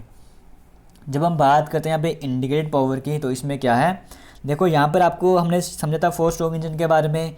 ये पावर स्ट्रोक यहाँ पर चल रहा है, ये मान के ये आपके पास कंप्रेशन स्ट्रोक चल रहा था, मान के चलो ये पावर स्ट्रोक है। इस तरह से 4 स्ट्रोक और भी आपके सामने चल रहे हैं। इसी की हेल्प से हम समझेंगे इंडिकेटेड पावर क्या होता है, फ्रिक्शनल पावर क्या होता है और ब्रेक पावर क्या होता है। ये सारी चीज़ें हम समझ लेते हैं। अब यहाँ पर देखो, जब इंजन आपका काम कर रहा था, पिस्टन मूवमेंट कर रहा था अप डाउन, तो ये जो पिस्टन पे जो भी फोर्स लग रही थी ना, जो भी पावर जनरेट हो रही थी इस कंबशन के कारण, पिस्टन नीचे की तरफ मूवमेंट कर रहा था, मतलब पावर लग रही थी वहाँ पे, वो जो पावर है ना, वो जो मैक्सिमम पावर होती है उसे हम कहते हैं इंडिकेटेड पावर। इतना क्लियर हो गया। अब उसके बाद क्या होता है, यहाँ पे जब इंजन जो पिस्टन की अगर हम बात करें मूवमेंट कर रहा है नीचे की तरफ, तब इन वॉल से सिलेंडर की वॉल इनके साथ पूरी तरह से जुड़ा होता है, नीचे की तरफ आ रहा होता है, मतलब हमें फ्रिक्शन वगैरह जनरेट होती है। और कई सारे रीजंस हैं जिनके कारण कुछ ना कुछ पावर वहाँ पे लूज़ हो जाती है, लॉस हो जाती है। वो जो फ्रिक्शन वाली पावर है ना, उसे हम कहते हैं फ्रिक्शनल पावर। और लास्ट में जो इस शाफ्ट में आपको पावर मिल रही है, जो इस शाफ्ट में आपको पावर मिल रही है, उसे हम कहते हैं ब्रेक पावर, जिसका आप एक्सपेरिमेंट भी करते हो लैब वगैरह में डायनामोमीटर यूज़ करके। वो ये ब्रेक पावर आप वहाँ पर मेजर करते हो। तो ब्रेक पावर में एक्चुअली होता क्या है, एक जो आपको बस इंडिकेटेड पावर आपको मिल रही थी, उसमें से कुछ फ्रिक्शनल पावर लॉस हो जाती है, उसके बाद आपको ब्रेक पावर मिलती है। आप ऐसा कह सकते हो कि जो इंडिकेटेड पावर है वो brake power plus frictional power है, ऐसा कह सकते हो। और ब्रेक पावर की बात की जाए, आप बोलोगे जो इंडिकेटेड पावर मिल रही थी माइनस जो फ्रिक्शनल पावर लॉस हो चुकी है, वो आती है आपके पास ब्रेक पावर। ये कुछ बेसिक टर्मिनोलॉजी थी जो मैंने आपसे डिस्कस की है। इंटीग्रेटेड पावर को मेजर करने का एक तरीका भी है। एक आपके पास आता है मीन इफेक्टिव प्रेशर, क्योंकि प्रेशर तो हमेशा कांस्टेंट रहता नहीं है। हम एक मीन इफेक्टिव प्रेशर ले लेते हैं, मल्टीप्लाइड बाय जो एरिया है पिस्टन का वो ले लेंगे, कितने सिलेंडर्स हैं वो ले लेंगे, नंबर ऑफ रोटेशन पर मिनट ले लेंगे, डिवाइड बाय 60। इसका एक छोटा सा जो चीज़ है और इसमें बताना चाहता हूँ वो कुछ देर बाद आपको मैं बताऊँगा, ठीक है। इंटीग्रेटेड पावर आपको समझ आ गया, फ्रिक्शनल पावर आपको समझ आ गया, ब्रेक पावर भी आपको समझ आ गया। ब्रेक पावर निकालने का फॉर्मूला आपके सामने ये है, आपने टॉर्क मेजर करना है इंटू 2πn/60, ये वाला फॉर्मूला आपने सिंपली यूज़ कर देना है, आपको ब्रेक पावर का भी पता लग जाएगा। क्लियर हो गया। अब यहाँ पर एक नई टर्म आती है, वो उसको हम बोलते हैं कैलोरीफिक वैल्यू। कैलोरीफिक वैल्यू क्या होती है वो आपको समझना है। देखो कोई भी आप चीज़ बर्न कर रहे हो ना तो कुछ ना कुछ एनर्जी आपको मिलती है। इसको इसके यूनिट से समझो कि कैलोरीफिक वैल्यू होता क्या है। इसको हीटिंग वैल्यू भी कहते हैं, एनर्जी वैल्यू भी कहते हैं। इसकी अगर एसआई यूनिट की बात करें, सबसे बेसिक जो एसआई यूनिट की बात करें वो आ जाती है इसकी किलो जूल पर केजी। कहने का मतलब ये है कि 1 केजी फ्यूल को बर्न करने पे आपको कितने किलो जूल एनर्जी मिल रही है, उसे हम कहते हैं कैलोरीफिक वैल्यू।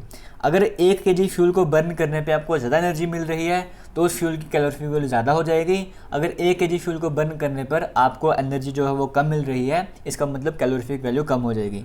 एग्जाम्पल की बात करें, काउ डंग के की बात करें, इसकी जो कैलोरीफिक वैल्यू है वो 6000 से 8000 तक वैरी करती है। इसका मतलब क्या है कि 1 केजी अगर आप काउ डंग के को बर्न करोगे तो आपको 6000 किलो जूल तक की एनर्जी आपको मिलने वाली है। अगर वुड की बात करें, इसकी कैलोरीफिक वैल्यू ज़्यादा हो गई है, मतलब अगर 1 केजी वुड को बर्न करोगे तो 17000 तक की आपको कैलोरीफिक वैल्यू मिलेगी। डीजल की बात करो 45000 तक आ गई, मतलब गैसेस की जो कैलोरीफिक वैल्यू है वो ज़्यादा होती जा रही है, ठीक है। एलपीजी की बात करो 55000 आ गई है। हाइड्रोजन की बात करो 1,50,000 तक चली गई है, ठीक है। सबसे कम सॉलिड्स की हो गई कैलोरीफिक वैल्यू, फिर लिक्विड्स की थोड़ी ज़्यादा हो गई, फिर गैसेस की और ज़्यादा हो गई। ये आपको समझ आ गया होगा कैलोरीफिक वैल्यू का। किलो जूल पर केजी पर मेजर कर लो, किलो जूल पर मोल पे मेजर कर लो, किलो कैलोरी पर केजी में मेजर करो, जिस मर्जी में मेजर करो, कंसेप्ट आपको समझ आ गए हैं। हमने पढ़ा था इंटीग्रेटेड पावर के बारे में, ब्रेक पावर, फ्रिक्शनल पावर के बारे में। यहाँ पे स्क्रीन को रोटेट कर लेते हैं और हम समझते हैं कि इंटीग्रेटेड थर्मल एफिशिएंसी क्या होता है, ठीक है। आपने इंटीग्रेटेड पावर आपको समझ आ गया था, उसी की हेल्प से हम इंटीग्रेटेड थर्मल एफिशिएंसी भी कहेंगे। सिंपल लैंग्वेज में कहा जाए, आपने कितनी एनर्जी फ्यूल की सप्लाई की थी, कितनी फ्यूल आपने सप्लाई किया था और कितनी आपको इंटीग्रेटेड पावर मिली। एफिशिएंसी क्या होता है? एफिशिएंसी होता है आउटपुट ओवर इनपुट। आपने कितना इनपुट दिया, आपने कितना काम किया था और आपको कितना आउटपुट मिला, वही होती है एफिशिएंसी। यहाँ पर आपने कितनी एनर्जी फ्यूल की सप्लाई की थी और आपको इंडिकेटेड पावर कितनी मिली है, इनकी जो रेशो हो जाएगी वो हो जाएगी इंडिकेटेड थर्मल एफिशिएंसी। क्लियर हो गया। हमने कैलकुलेट किया था कि इंडिकेटेड पावर वगैरह कैसे निकालते हैं, तो वही यहाँ पर सब कुछ है। मीन इफेक्टिव प्रेशर हमने कहा था, लेंथ ऑफ स्ट्रोक कहा था, एरिया कहा था, नंबर ऑफ सिलेंडर्स कहा था और हमने एन के बारे में कहा था। ये जो एन है ना, ये n/2 हो जाता है। अगर हम बात करें 4 स्ट्रोक की तो सिंपल एन रहता है, अगर 2 स्ट्रोक की बात करेंगे। क्लियर हो गया। यहाँ तक आपको सब कुछ समझ आ गया होगा। उसके बाद आगे हम बात करते हैं n = n/2 का कंसेप्ट आपको समझ आ गया होगा ना। अगर 4 स्ट्रोक है तो n/2 आ जाएगा यहाँ पर, ठीक है। आगे बात कर रहे थे हमें मैकेनिकल एफिशिएंसी।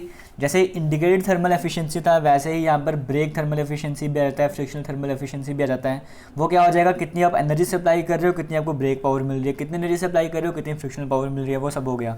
मैकेनिकल एफिशिएंसी की बात करें, मैकेनिकल एफिशिएंसी क्या है, आप यहाँ पर एक सेकेंड, कितनी आपको इंडिकेटेड पावर दी आपने और कितनी ब्रेक पावर मिल रही है। मैकेनिकल एफिशिएंसी इसकी रेशो है, इंडिकेटेड पावर कितनी थी और ब्रेक में पावर कितनी मिली, इनकी जो रेशो है उसे हम मैकेनिकल एफिशिएंसी कहते हैं। आपको ये सब कुछ समझ आ गया होगा।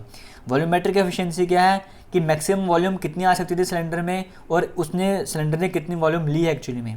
मैक्सिमम वॉल्यूम कितनी हो सकती थी सिलेंडर में और वॉल्यूम एक्चुअली में कितनी एंटर किया है वहाँ पर सिलेंडर में, वो होगी वॉल्यूमेट्रिक एफिशिएंसी। क्लियर हो गया। यहाँ पर फिर से कुछ देर के लिए आपके लिए कुछ मीम्स कह सकते हो, जोक्स कह सकते हो, जो भी मान के चलो आपके सामने हैं। उसके बाद हम आगे ये तो डिस्कशन स्टार्ट करेंगे, ठीक है। ये सब कुछ हो सकता है, ये इमेजेस आपने पहले भी देखी हो, बट फिर भी एक बार फिर से देख लो। अब हम बात कर लेते हैं फ्यूल इंजेक्शन सिस्टम की। स्क्रीन को एक बार रोटेट कर लेते हैं, फिर अच्छे से समझ आएगा आपको। हमने पहले बात की कार्बोरेटर की, कि पेट्रोल इंजन में हमने कहा था कार्बोरेटर वगैरह यूज़ कर रहे थे एयर फ्यूल को मिक्स करने के लिए, लेकिन कार्बोरेटर टेक्नोलॉजी अब गई। वो बाइक वगैरह में यूज़ करते हो, कार वगैरह में अब कार्बोरेटर वगैरह आपको नहीं देखने को मिलेंगे। वहाँ पर नए फ्यूल इंजेक्शन सिस्टम आता है, उसके बारे में पढ़ेंगे। आपको दिख रहा होगा यहाँ पर, एक सेकेंड, ये देखो फ्यूल इंजेक्टर लगे हुए हैं जो कि फ्यूल इंजेक्ट करने का काम कर रहे हैं। क्लियर हो गया। ये आपके पास फ्यूल पंप है, जैसे फ्यूल वगैरह आपका जा रहा है, फ्यूल टैंक है, वहाँ पे फ्यूल पंप लगा दो, क्योंकि पंप की हेल्प से तो आगे जाएगा, बिना पंप के कैसे सब कुछ आगे जाएगा। ये फ्यूल लाइन से जैसे फ्यूल ट्रांसफ़र हो रहा है, यहाँ पे प्रेशर रेगुलेटर है जो देखता है कितने प्रेशर से भेजना है, और यहाँ पे फ्यूल इंजेक्टर्स लगे होते हैं, ठीक है। अब हम यहाँ पर बात कर लेते हैं कि फ्यूल इंजेक्शन होता क्या है, कि आईसी इंजन में अपने फ्यूल वगैरह भेजना है, उसको भेजने का तरीका जो भी है वो फ्यूल इंजेक्शन सिस्टम में आ गया। पेट्रोल इंजन की बात करें, पेट्रोल इंजन में गैसोलीन डायरेक्ट इंजेक्शन आ जाता है, जबकि अगर हम बात करेंगे इनडायरेक्ट भी होता है, इसमें डायरेक्ट भी होता है, वो हम समझ लेते हैं। अब यहाँ पर कार्बोरेटर में थे ना, कार्बोरेटर को यूज़ करते एयर और फ्यूल को मिक्स किया जा रहा था। अब जो टेक्नोलॉजी है वहाँ पे हम कार्बोरेटर नहीं यूज़ कर रहे हैं, वहाँ पर हम फ्यूल इंजेक्शन सिस्टम यूज़ कर रहे हैं। याद रखना यहाँ पे ये कंफ्यूज नहीं होना है कि ये डीजल पेट्रोल इंजन में फ्यूल इंजेक्टर कहाँ से आ गया। वो जो कंप्रेशन उसको पावर स्ट्रोक के लिए स्पार्क प्लग ही यूज़ होगा। इससे अगर हम बात करें पेट्रोल इंजन में पावर स्ट्रोक के लिए स्पार्क प्लग ही आपको चाहिए कंबशन के लिए, और डीजल इंजन में आपको फ्यूल इंजेक्टर चाहिए, वो तो रहेगा ही रहेगा। बट जब हम पेट्रोल इंजन की बात करते हैं, वहाँ पे जो फ्यूल सप्लाई कर रहे थे, पहले कार्बोरेटर का फ्लोट चैम्बर था, वहाँ से आ रहा था। यहाँ पर हम फ्यूल इंजेक्शन सिस्टम कर रहे हैं उस फ्यूल को वहाँ पे भेजने के लिए। क्लियर हो गया। आगे बात कर लेते हैं। यहाँ पे 2-3 तरीके का होता है। जैसे पहले हम बात करें, जो स्टार्टिंग में कार्बोरेटर के ख़त्म होने के बाद जो पहला आया था, वो आया था आपके पास indirect fuel injection. Indirect fuel injection system में क्या था कि आपके पास मान के चलो कि ये आपके पास इनटेक, ये आपके पास एक चैम्बर है, आप कोई पाइप मान के चलो जहाँ से एयर आपकी एंटर कर रही है, और ये आपके पास सिलेंडर आ चुका है। इस सिलेंडर में इस एयर ने एंटर करना है, एयर और फ्यूल के मिक्सचर ने एंटर करना है। पहले यहाँ पे एयर फ्यूल का मिक्सचर कौन बना रहा था? कार्बोरेटर था, वो एयर फ्यूल के मिक्सचर को यहाँ पर भेज रहा था। लेकिन अब यहाँ पर क्या होता है, अब यहाँ पर फ्यूल इंजेक्टर लगाए होते हैं। फ्यूल इंजेक्टर का काम क्या है यहाँ पर कि एयर यहाँ पर आ रही है और इस जगह पर आपने कोई फ्यूल इंजेक्टर लगा दिया, वो फ्यूल डायरेक्टली यहाँ पर भेजा जाता है, और इसी यहाँ पे इलेक्ट्रॉनिक कंट्रोल यूनिट होता है जो कि सेंस करता है कि कितना फ्यूल वहाँ पर चाहिए, उस हिसाब से उतनी क्वांटिटी का फ्यूल जो है वहाँ पर भेजा जाता है। मतलब जब आपके पास पाइप आ रही थी यहाँ पे एयर वाली, वहीं पर कहीं ना कहीं फ्यूल इंजेक्टर लगा होगा और वहीं से फ्यूल वहाँ पर इंजेक्ट किया जाता है। ये रीज़न है, इसको इनडायरेक्ट इंजेक्शन कहते हैं। इनडायरेक्ट क्यों कह रहे हैं यहाँ पे नहीं समझ आ रहा, जब हम डायरेक्ट के बारे में पढ़ेंगे तब आपको और यहाँ पर क्लियर हो जाएगा। ठीक है, डायरेक्ट इंजेक्शन के बारे में पढ़ लेते हैं। डायरेक्ट इंजेक्शन क्या है, यहाँ से आपको सब कुछ क्लियर हो जाएगा। देखो यहाँ पर क्या है, आपके पास क्या है, जैसे मान के चलो कि आपके पास सिलेंडर वगैरह आ गया है, एयर और फ्यूल का मिक्सचर यहाँ पर एंटर करता है ना। यहाँ पर एक सेकंड रुक जाओ, अब यहाँ पर देखना, यहाँ पे फ्यूल इंजेक्टर जो है वो डायरेक्टली यहाँ पर एक बार स्क्रीन को रोटेट कर लेते हैं, फिर आपको समझ आएगा सही से। इनडायरेक्ट में क्या था, हम सिलेंडर के बीच में नहीं कर रहे थे सब कुछ। डायरेक्ट फ्यूल इंजेक्शन में क्या है, आपका जो एयर है वो एंटर कर रही है सिलेंडर में, जैसे ही एंटर कर रही है ये सिलेंडर में आपका इंजेक्टर भी लगा हुआ है, जिससे फ्यूल जो है वो स्प्रे की फॉर्म में जा रहा है और एयर और फ्यूल का मिक्सचर जो है वो इनटेक स्ट्रोक में बन रहा है। क्लियर हो गया। पहले क्या था, इनडायरेक्ट में पीछे कहीं पे कोई चैम्बर था जहाँ पे एयर जो है वो फ्यूल से मिक्स हो रही थी।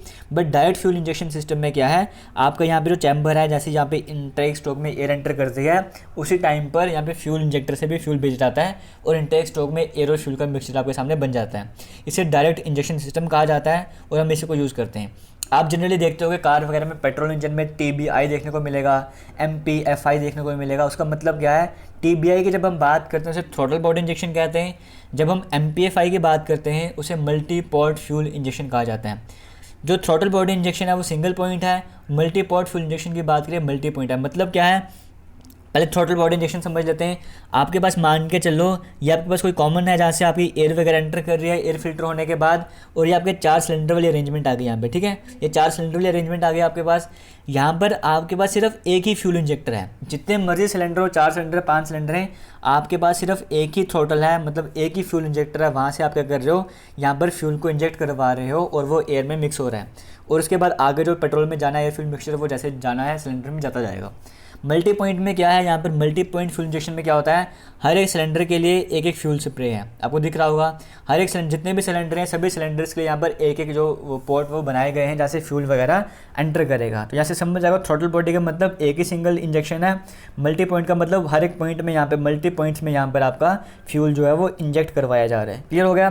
क्योंकि हम पढ़ रहे हैं पेट्रोल इंजन के बारे में, फ्यूल इंजेक्ट करवाना ज़रूरी है क्योंकि एयर और फ्यूल का मिक्सचर एंटर कर रहा है। एयर फ्यूल के मिक्सचर को एंटर करवाने के आप तो सिंगल पॉइंट आप यूज़ करोगे या मल्टी पॉइंट आप यूज़ करोगे, जो मर्जी टेक्नोलॉजी आप यूज़ कर लो। क्लियर हो गया।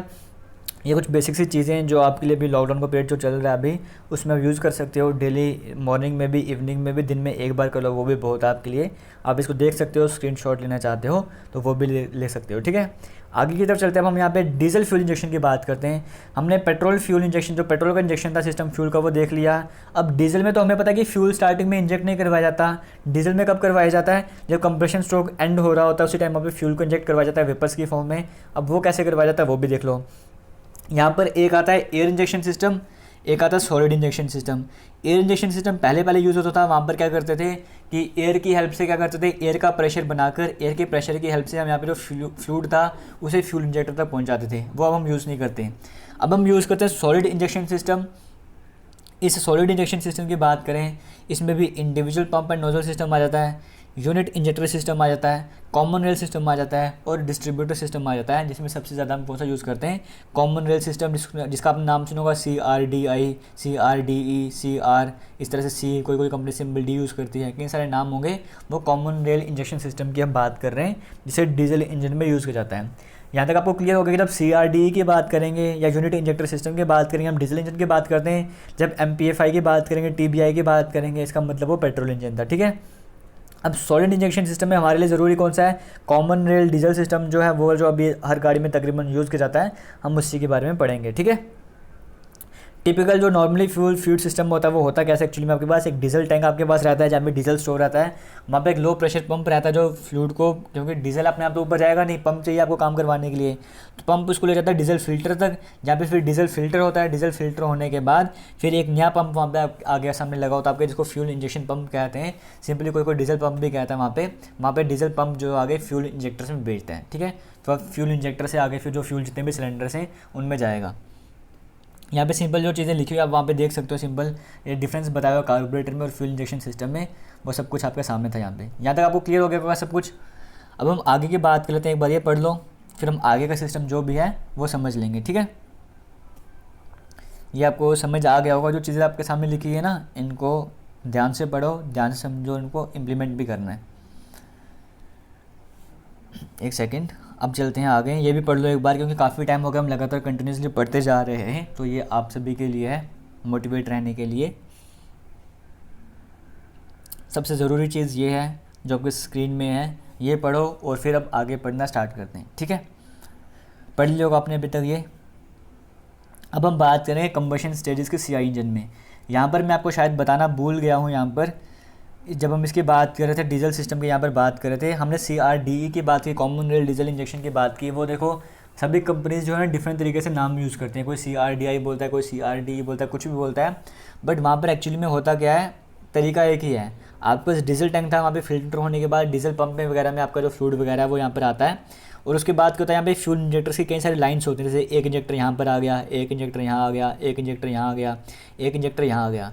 अब यहाँ पर सेंसर लगे होते हैं ECU वाले, इलेक्ट्रॉनिक कंट्रोल यूनिट क्या करता है, वो सेंस करता है कि कितना सिलेंडर, किस सिलेंडर में कितना फ्यूल चाहिए। उसके हिसाब से ये जो डीजल पंप है ना, यहाँ पे प्रेशर तो वैसे ही बना होता है, हाई प्रेशर यहाँ पे बना होता है। अब प्रेशर तो आपको चाहिए था उसको फ्यूल को इंजेक्ट करवाने के लिए, तो प्रेशर आपके पास बन गया होता है। इलेक्ट्रॉनिक कंट्रोल यूनिट को यह भी पता लग गया, सेंस कर लिया उसने कि कितना फ्यूल चाहिए, वो यहाँ पे इसको ऑर्डर देगा और उसके हिसाब से यहाँ पे फ्यूल इंजेक्टर्स में फ्यूल को भेजा जाएगा। कॉमन रेल होती है, मतलब एक रेल है कॉमन, वहाँ पे डीजल स्टोर है। इस तरह से वहाँ पर क्या होता है, एक कॉमन सी रेल होती है जहाँ पे डीजल स्टोर रहता है, यहाँ पे कॉमन सी रेल है, वहीं से सारे फ्यूल इंजेक्टर जुड़े होते हैं, ठीक है, इसलिए इसका नाम कॉमन रेल आ जाता है। इन पर मैं डिटेल वीडियोस पहले भी बना चुका हूँ, उनके लिंक भी आपको इसी वीडियो के डिस्क्रिप्शन में ऐड कर दूंगा। वहाँ पे जाके किसी भी टॉपिक को और डिटेल में समझना चाहते हो तो वो भी आप काम कर सकते हो, ठीक है। यहाँ तक सब कुछ समझ आ गया होगा। अब हम बात करने वाले हैं एक और इम्पॉर्टेंट टॉपिक की, जिसका नाम है combustion stages in SI engine. हमने अभी तक सब कुछ बेसिक चीज़ें जो भी डिस्कस कर ली हैं, अब हम बात करेंगे कि SI इंजन की हम बात कर रहे हैं। SI इंजन में कंबशन होता कैसे है, वो चीज़ आपको समझनी ज़रूरी है। हमने कंबशन के बारे में पढ़ते जा रहे हैं, कंबशन हो रहा है, पावर स्ट्रोक हो रहा है, सब कुछ हो रहा है, वो कंबशन के स्टेजेस देख लो। ये डायग्राम में आपके पास ऊपर वाले एक्सिस में प्रेशर है और इस एक्सिस में आपके पास क्रैंक एंगल जो कितना डिग्री में घूम रहा है, वो सब कुछ आपको बताया हुआ है। SI इंजन का वर्किंग आपको समझ आ गया होगा, उसके बेसिस पे हम सब कुछ डिस्कस करेंगे। एक आपके पास आता है इग्निशन लैग स्टेज, एक आता है आपके पास फ्लेम प्रोपोगेशन स्टेज, एक आता है आपके पास आफ्टर बर्निंग स्टेज। ये सब कुछ मैं आपको पहले भी समझा चुका हूँ, उसी प्रेजेंटेशन की फ़ोटोज़ की हेल्प से मैं आपको समझा रहा हूँ। 3 स्टेजेस हैं, पहला है इग्निशन लैग स्टेज, फिर आता है फ्लेम प्रोपोगेशन स्टेज, फिर आता है आफ्टर बर्निंग स्टेज, ठीक है। अब ये डायग्राम आपको दिख रही होगी, यहाँ पर एक पॉइंट आपको दिख रहा होगा, ए पॉइंट, ये 20 डिग्री का एंगल है क्रैंक का, तब की बात कर रहे हैं। इस पॉइंट पर क्या होता है, यहाँ पर आपकी स्पार्क प्लग से स्पार्क निकलती है। हमने देखा था जब पिस्टन जो कंप्रेस कर रहा था तो पिस्टन यहाँ पे टॉप में जाता था, तो यहाँ पे कंप्रेशन वगैरह हो रहा था, और मैंने आपको बताया था कि सेकंड स्ट्रोक में जब कंप्रेशन स्ट्रोक हो रहा होता है, पिस्टन बिल्कुल टॉप पर नहीं पहुँचता, थोड़ा सा नीचे की तरफ होता है, तो वहाँ पे स्पार्क प्लग से स्पार्क निकलती है। तो देखो पिस्टन TDC पर नहीं पहुँचा है, टॉप पर नहीं पहुँचा है, उससे पहले ही 20 डिग्री का आपको दिख रहा है यहाँ पे पहले स्पार्क प्लग यहाँ पे निकल चुकी है। तो स्पार्क प्लग से स्पार्क निकलती है ए पॉइंट पे। तो यहाँ पर अगर हम बात करें ए बी की, जो पहली स्टेज है ना इग्निशन लैग स्टेज, वो यही ए बी वाली स्टेज ही है इग्निशन लैग स्टेज। इसमें क्या है, अब ऐसे स्पार्क प्लग से स्पार्क तो निकल गई है, लेकिन उस स्पार्क प्लग से जो स्पार्क निकली है उसकी हीट वगैरह बनने में, प्रेशर वगैरह बढ़ने में कुछ ना कुछ टाइम तो लगेगा। ऐसा तो है नहीं कि स्पार्क प्लग निकली उसी इंस्टेंट में इग्निशन भी हो जाएगा। हालांकि ये सब कुछ बड़े जल्दी होता है, लेकिन कुछ ना कुछ माइन्यूट से जो डिफरेंस होता है वो टाइम का डिफरेंस तो रहता ही रहता है ना। तो ए से बी वो वाला स्टेज हो गया जिसे हम कहते हैं इग्निशन लैग स्टेज। अब इग्निशन नहीं हो रहा, उसमें डिले हो रहा है, कुछ माइन्यूट सेकंड्स का टाइम चल रहा है उसमें, वो जो ए बी पीरियड है उसे कहते हैं इग्निशन लैग स्टेज। ठीक है, बिल्कुल यहाँ पे डीपली, यहाँ पे बिल्कुल मतलब बारीकी से ना यहाँ पे इन स्टेजेस को बनाया गया है। ए बी स्टेज आपको समझ आ गया। उसके बाद जो बी सी स्टेज आपको दिख रहे हैं यहाँ से बी से सी तक की स्टेज, इसे कहते हैं फ्लेम प्रोपोगेशन स्टेज। यहाँ पर फ्लेम जो है वो प्रोपेगेट करना स्टार्ट कर देता है, यहाँ पे प्रेशर राइज होना स्टार्ट होता है। बी पॉइंट वो पॉइंट है जहाँ पे प्रेशर जो है बढ़ना स्टार्ट हो जाता है, और सी पॉइंट वो पॉइंट है जहाँ पे मैक्सिमम प्रेशर आपको देखने को मिलता है। ठीक है, क्योंकि इग्निशन स्पार्क प्लग से स्पार्क निकल चुकी थी यहाँ पर, अब कुछ टाइम पीरियड के बाद वो उसका अपना काम भी करना स्टार्ट कर देगी, क्योंकि एयर फ्यूल का मिक्सचर कंप्रेस भी हो चुका है, फ्यूल स्पार्क भी निकल चुकी है, वहाँ पे कंबशन होगा ही होगा, प्रेशर बढ़ना स्टार्ट होगा, और एक ऐसा टाइम आएगा जहाँ पे मैक्सिमम प्रेशर आपको देखने को मिलेगा, वो है बी से सी, जिसे हम फ्लेम प्रोपोगेशन स्टेज भी कहते हैं। इसके बारे में कुछ और डिटेल में हम डिस्कस करेंगे। उससे पहले लास्ट की बात करें, वो सी से डी तक आता है, जिसे हम कहते हैं आफ्टर बर्निंग स्टेज। ठीक है, ये है आफ्टर बर्निंग, मतलब यहाँ पर क्या होता है, इसके बाद प्रेशर बढ़ता नहीं है, क्योंकि जो पिस्टन है वो दोबारा से अब हाई प्रेशर आपके पास आ चुका है, अब प्रेशर धीरे धीरे कम हो रहा होता है। तो ये वो स्टेज आ गई आफ्टर बर्निंग वाली स्टेज, कंबशन के बाद वाली स्टेज यहाँ पर आ चुकी है। इतना क्लियर हो गया। अब हमने जो सेकंड स्टेज की बात की ना, फ्लेम प्रोपोगेशन स्टेज की बात की है, उसके बारे में यहाँ पे आपको बताना। हाँ, यहाँ पर हम देखेंगे फ्लेम प्रोपोगेशन स्टेज के बारे में। पिस्टन आपका भी यहाँ पर है, पिस्टन की जो मूवमेंट है ना, एक सेकंड, पिस्टन जो आपका ऐसे ये मान के चलो, पिस्टन आपका ऐसे है, तो पिस्टन ऊपर की तरफ जा रहा है अभी। ठीक है, तो पिस्टन मान के चलो ये टीडीसी आ गया आपके पास, ये पिस्टन टॉप डेड सेंटर पर पहुंच चुका है, ये पोजीशन वो है, और ए पोजीशन पर आपकी स्पार्क निकली है, और स्पार्क जो इन वेव्स की फॉर्म में मान के चलो इस तरह से आगे की तरफ बढ़ रही है, अपनी हीट जैसे से आगे बढ़ती जा रही है, हीट वगैरह बढ़ती जा रही है वहाँ पे, और यहाँ पे एयर और फ्यूल का मिक्सचर जो है वो भी कंप्रेस हो चुका है। अब जैसे ये कॉन्टैक्ट में आते हैं, ये मीट करते हैं, तो यहाँ पर क्या होता है, कंबशन वगैरह होता है, और उसके बाद जो भी फिनोमिना है वो हम समझ चुके हैं। ठीक है, ये सब कुछ आपको समझ आ गया है। आपको तीनों स्टेज समझ आ गई थी। यहाँ पे इग्निशन लैग स्टेज क्या है, फ्लेम प्रोपोगेशन स्टेज क्या है, आफ्टर बर्निंग स्टेज क्या है, इतना क्लियर हो गया। ये वही सब कुछ बताया हो यहाँ पे, पहले इग्निशन लैग के बारे में बताया हो क्या होता है इग्निशन लैग वगैरह। ठीक है, उसके बाद हमने डिस्कस किया था नॉर्मल कंबशन के बारे में, फ्लेम प्रोपोगेशन स्टेज के बारे में। यहाँ पर फ्लेम प्रोपोगेशन स्टेज को एक्सप्लेन किया हुआ है, आप डिटेल में पढ़ सकते हो वीडियो को पॉज करके। फिर आफ्टर बर्निंग वाली स्टेज यहाँ पर आ चुकी है। इतना क्लियर हो गया। तीनों स्टेजेस हमने पहले ही डिस्कस कर लिए हैं। अब हम बात कर लेते हैं CI इंजन, मतलब कंप्रेशन इग्निशन इंजन बोल दो या फिर डीजल इंजन बोल दो, वहाँ पे जो कंबशन की स्टेजेस हैं उनके बारे में समझना ज़रूरी है, वो हम समझ लेते हैं। यहाँ पे चार तरह के स्टेजेस हैं। एक है इग्निशन डिले पीरियड, एक है पीरियड ऑफ रैपिड कंबशन, एक है पीरियड ऑफ कंट्रोल्ड कंबशन, और एक आता है आफ्टर बर्निंग। जो इग्निशन डिले है ना, यहाँ पे उसके कुछ फिजिकल कारण भी होते हैं, कुछ केमिकल कारण भी होते हैं। ठीक है, दोनों कारण के कारण यहाँ पे इग्निशन डिले होता है। अब यहाँ पे समझो कैसे है, आपको मुझे नहीं पता दिख रहा है या नहीं दिख रहा है, यहाँ पे 1 भी लिखा हुआ है, यहाँ पे 2 भी लिखा हुआ है। ये जो 1 से 2 है ना, ये इग्निशन डिले पीरियड हो गया। ठीक है, आपको दिख रहा होगा यहाँ पे इग्निशन डिले पीरियड, ये 0.01 सेकंड का टाइम भी आपको दिख रहा होगा। इतना टाइम पीरियड मतलब बड़ा कम होता है, 0.01 सेकंड का टाइम है, लेकिन कुछ ना कुछ टाइम तो है जिस टाइम पीरियड पर इग्निशन डिले हो रहा है। फिर पीरियड ऑफ रैपिड कंट्रोल आपको 2 से 3 दिख रहा होगा, और 3 से 4 पीरियड ऑफ कंट्रोल कंबशन, उसके बाद आफ्टर बर्निंग वाली स्टेज आ जाती है। ठीक है, अब इग्निशन डिले पीरियड में क्या है, अब यहाँ पर इग्निशन कब हो रहा है, फ्यूल इंजेक्टर से फ्यूल निकलता है। अब फ्यूल इंजेक्टर से मान के चलो आपके पास यहाँ पर फ्यूल इंजेक्टर था, ये फ्यूल इंजेक्टर था, जैसे फ्यूल निकल रहा है एटम्स की फॉर्म में आ रहा है। अब वो ऐसे तो नहीं कि ऐसे निकला एटम बन गया, वेपर बन गया, कुछ ना कुछ टाइम पीरियड तो चाहिए, चाहे बिल्कुल कम चाहिए 0.01 सेकंड का, जहाँ पर इग्निशन में डिले हो रहा है, जिसके कारण इग्निशन में डिले हो रहा है, उसको वेपर बनने में, प्रॉपर टेम्परेचर प्रेशर वगैरह में पहुँचने में टाइम लग रहा है, वो टाइम आ गया इग्निशन डिले पीरियड। ठीक है, अभी हम ज़्यादा डिटेल में नहीं समझेंगे, सिंपल बेसिक है आपका, इस हिसाब से समझते चलो। इग्निशन डिले पीरियड आपको समझ आ गया, बिल्कुल ही कम टाइम होता है, 0.01 सेकंड टाइम होता है। उसके बाद क्या, अगर 2 से 3 स्टेज की बात करें, पीरियड ऑफ रैपिड कंबशन, इसमें अनकंट्रोल्ड कंबशन होता है। अब यहाँ पर क्या होगा, वहाँ पे फ्यूल वगैरह भी आ गया और एयर भी कंप्रेस हो चुकी थी, यहाँ पे ब्लास्ट होता है, कंबशन होना स्टार्ट हो जाता है। अब अचानक से फ्यूल आ भी रहा है, कंबशन भी हो रहा है, कभी तेज़ी से हो रहा है, कभी कम हो रहा है, कभी प्रेशर बढ़ रहा है, कभी प्रेशर ज़्यादा हो रहा है। एक कंबशन तो हो रहा है लेकिन रैपिड कंबशन तो हुआ लेकिन अनकंट्रोल्ड कंबशन है, ये वो वाली स्टेज है। फिर पीरियड ऑफ कंट्रोल्ड कंबशन, अब एक स्टेज ऐसी आएगी जब सब कुछ नॉर्मल हो जाएगा, कंबशन तो हो रहा है, बिल्कुल माइन्यूट सेकंड का डिफरेंस होगा लेकिन एक प्रॉपर वे में कंबशन हो रहा होगा, वो पीरियड ऑफ कंट्रोल्ड कंबशन आपके सामने रहा। और उसके बाद आफ्टर बर्निंग जहाँ पे प्रेशर वगैरह कम होना स्टार्ट हो जाता है, वो वाली स्टेजेस आ चुकी हैं। क्लियर हो गया? कंबशन आपको समझ आ गया एसआई इंजन में और सीआई इंजन में। क्लियर हो गया? अब यहाँ पर हम नॉकिंग वगैरह के बारे में पढ़ेंगे, नॉकिंग का फिनोमिना क्या रहता है वो पढ़ते हैं, फिर आगे हम बात कर लेते हैं। पहले नॉकिंग या डिटोनेशन वगैरह की बात कर लेते हैं। पेट्रोल इंजन में वो सब क्या होता है? नॉकिंग का मतलब आपके इंजन से आवाज़ आती है ना, नॉक नॉक इस तरह की, कई तरह की आवाज़ आती है आपके इंजन से नॉकिंग वगैरह वाली, तो उसके बारे में समझ लेते हैं वो होता कैसे है। हमने देखा था कि सेकंड स्टेज के बारे में पढ़ा, नॉर्मल कंबशन के बारे में। नॉर्मल कंबशन में क्या था, हमारा फ्लेम जो इस तरह से ट्रैवल कर रहा था, स्पार्क प्लग से स्पार्क निकली, वो आगे की तरफ मूव कर रही है और पिस्टन टीडीसी पर आ चुका है और यहाँ पे एयर और फ्यूल का मिक्सचर कंप्रेस हो चुका है, यहाँ पे कंबशन होना स्टार्ट हो गया।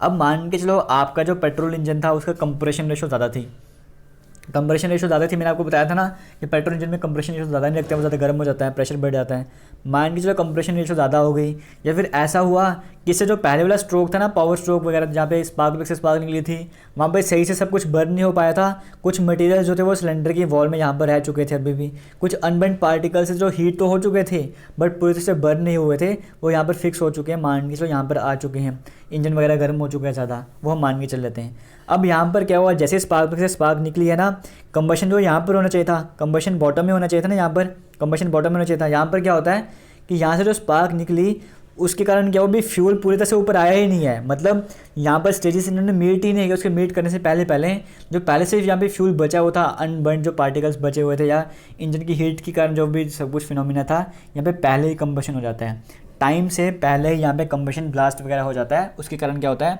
जो एयर वाली जो गैसेज है ना, जो एयर फ्यूल का मिक्सचर था वो ऊपर की तरफ आ रहा होता है, लेकिन यहाँ से भी जो कंबशन हो रहा है वो भी हो रहा होता है, दोनों मतलब यहाँ से भी ब्लास्ट हो रहा है, यहाँ से भी हो रहा है, और यहाँ पे स्ट्राइक करते हैं, मीट करते हैं, अलग अलग टाइम पे यहाँ पे कंबशन वगैरह होता है, जिसके कारण आपको टकराने की आवाज़ें आती हैं। आपको समझ आ जाएगा, एक बार फिर से रिपीट करो। यहाँ पर बॉटम में क्या हो रहा है, प्रॉपर वे में जैसे पहला हो रहा था वैसा कुछ नहीं हो रहा, यहाँ पर पहले ही यहाँ पर इस पोजीशन पर ना पहले ही कंबशन स्टार्ट हो जाता है और फिर यहाँ पर कंबशन होगा, यहाँ पर कंबशन होगा, एक अनवांटेड तरीके से, एक अनकंट्रोल्ड मैनर में यहाँ पे कंबशन स्टार्ट हो जाएगा, जिसके कारण क्या होगा, ये जो गैसेज है ना, इस पर प्रेशर, जो वॉल से सिलेंडर की, इस पर प्रेशर डालना स्टार्ट करेंगे, आपको आवाज़ आएगी, क्योंकि प्रॉपर टाइम पे कंबशन होता है, आपको इतनी आवाज़ नहीं आती, एक मतलब होता है ना कि बिल्कुल कॉमन सी आवाज़ आएगी, तो आप उसको नहीं बोलोगे नॉकिंग वगैरह, एक अलग सी चीज़ है। बट पहले कंबशन यहाँ हो रहा है, फिर यहाँ हो रहा है, अलग अलग टाइम पे कंबशन हो रहा है, तो ऑब्वियस सी बात है आपको आवाज़ आएगी ही आएगी। ये आ गया एसआई इंजन में नॉकिंग वाला फिनोमिना। और कहाँ पर होता है, बॉटम में हो रहा है, ठीक है, बॉटम में ये वाला फिनोमिना हो रहा है। सीआई इंजन की बात करेंगे तो सीआई इंजन में क्या आता है आपके पास, यहाँ पर देखो जैसे ही हमने बात की थी ना इग्निशन डिले पीरियड की, कि स्टार्टिंग में जो इग्निशन वगैरह है कुछ टाइम पीरियड रहता है आपके पास, कि फ्यूल इंजेक्ट कर रहा है, वेपर्स की फॉर्म में बन रहा है, फिर इंजेक्शन वगैरह प्रॉपर होने स्टार्ट हो जाता है यहाँ पे ऊपर की तरफ।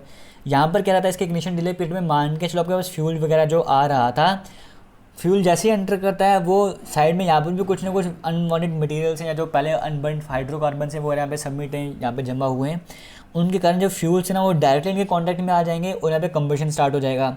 और कंबशन स्टार्ट हो गया, अभी तक पिस्टन जो है एयर को कंप्रेस करके ऊपर ला रहा है, उससे पहले यहाँ पे कंबशन स्टार्ट हो गया, और यहाँ से कंबशन स्टार्ट हो गया और यहाँ पे जो बाकी के फ्यूल्स हैं वो भी आ रहे हैं, थोड़े गर्म होंगे, तब तक पहले कंबशन हो रहा है। यहाँ पर भी अनवांटेड तरीके से कंबशन हो रहा है, कभी आगे हो रहा है, कभी पीछे हो रहा है, प्रॉपर टाइम पर नहीं हो रहा, तो ये वाला हो जाता है आपके नॉकिंग की जो बात करें सीआई इंजन में।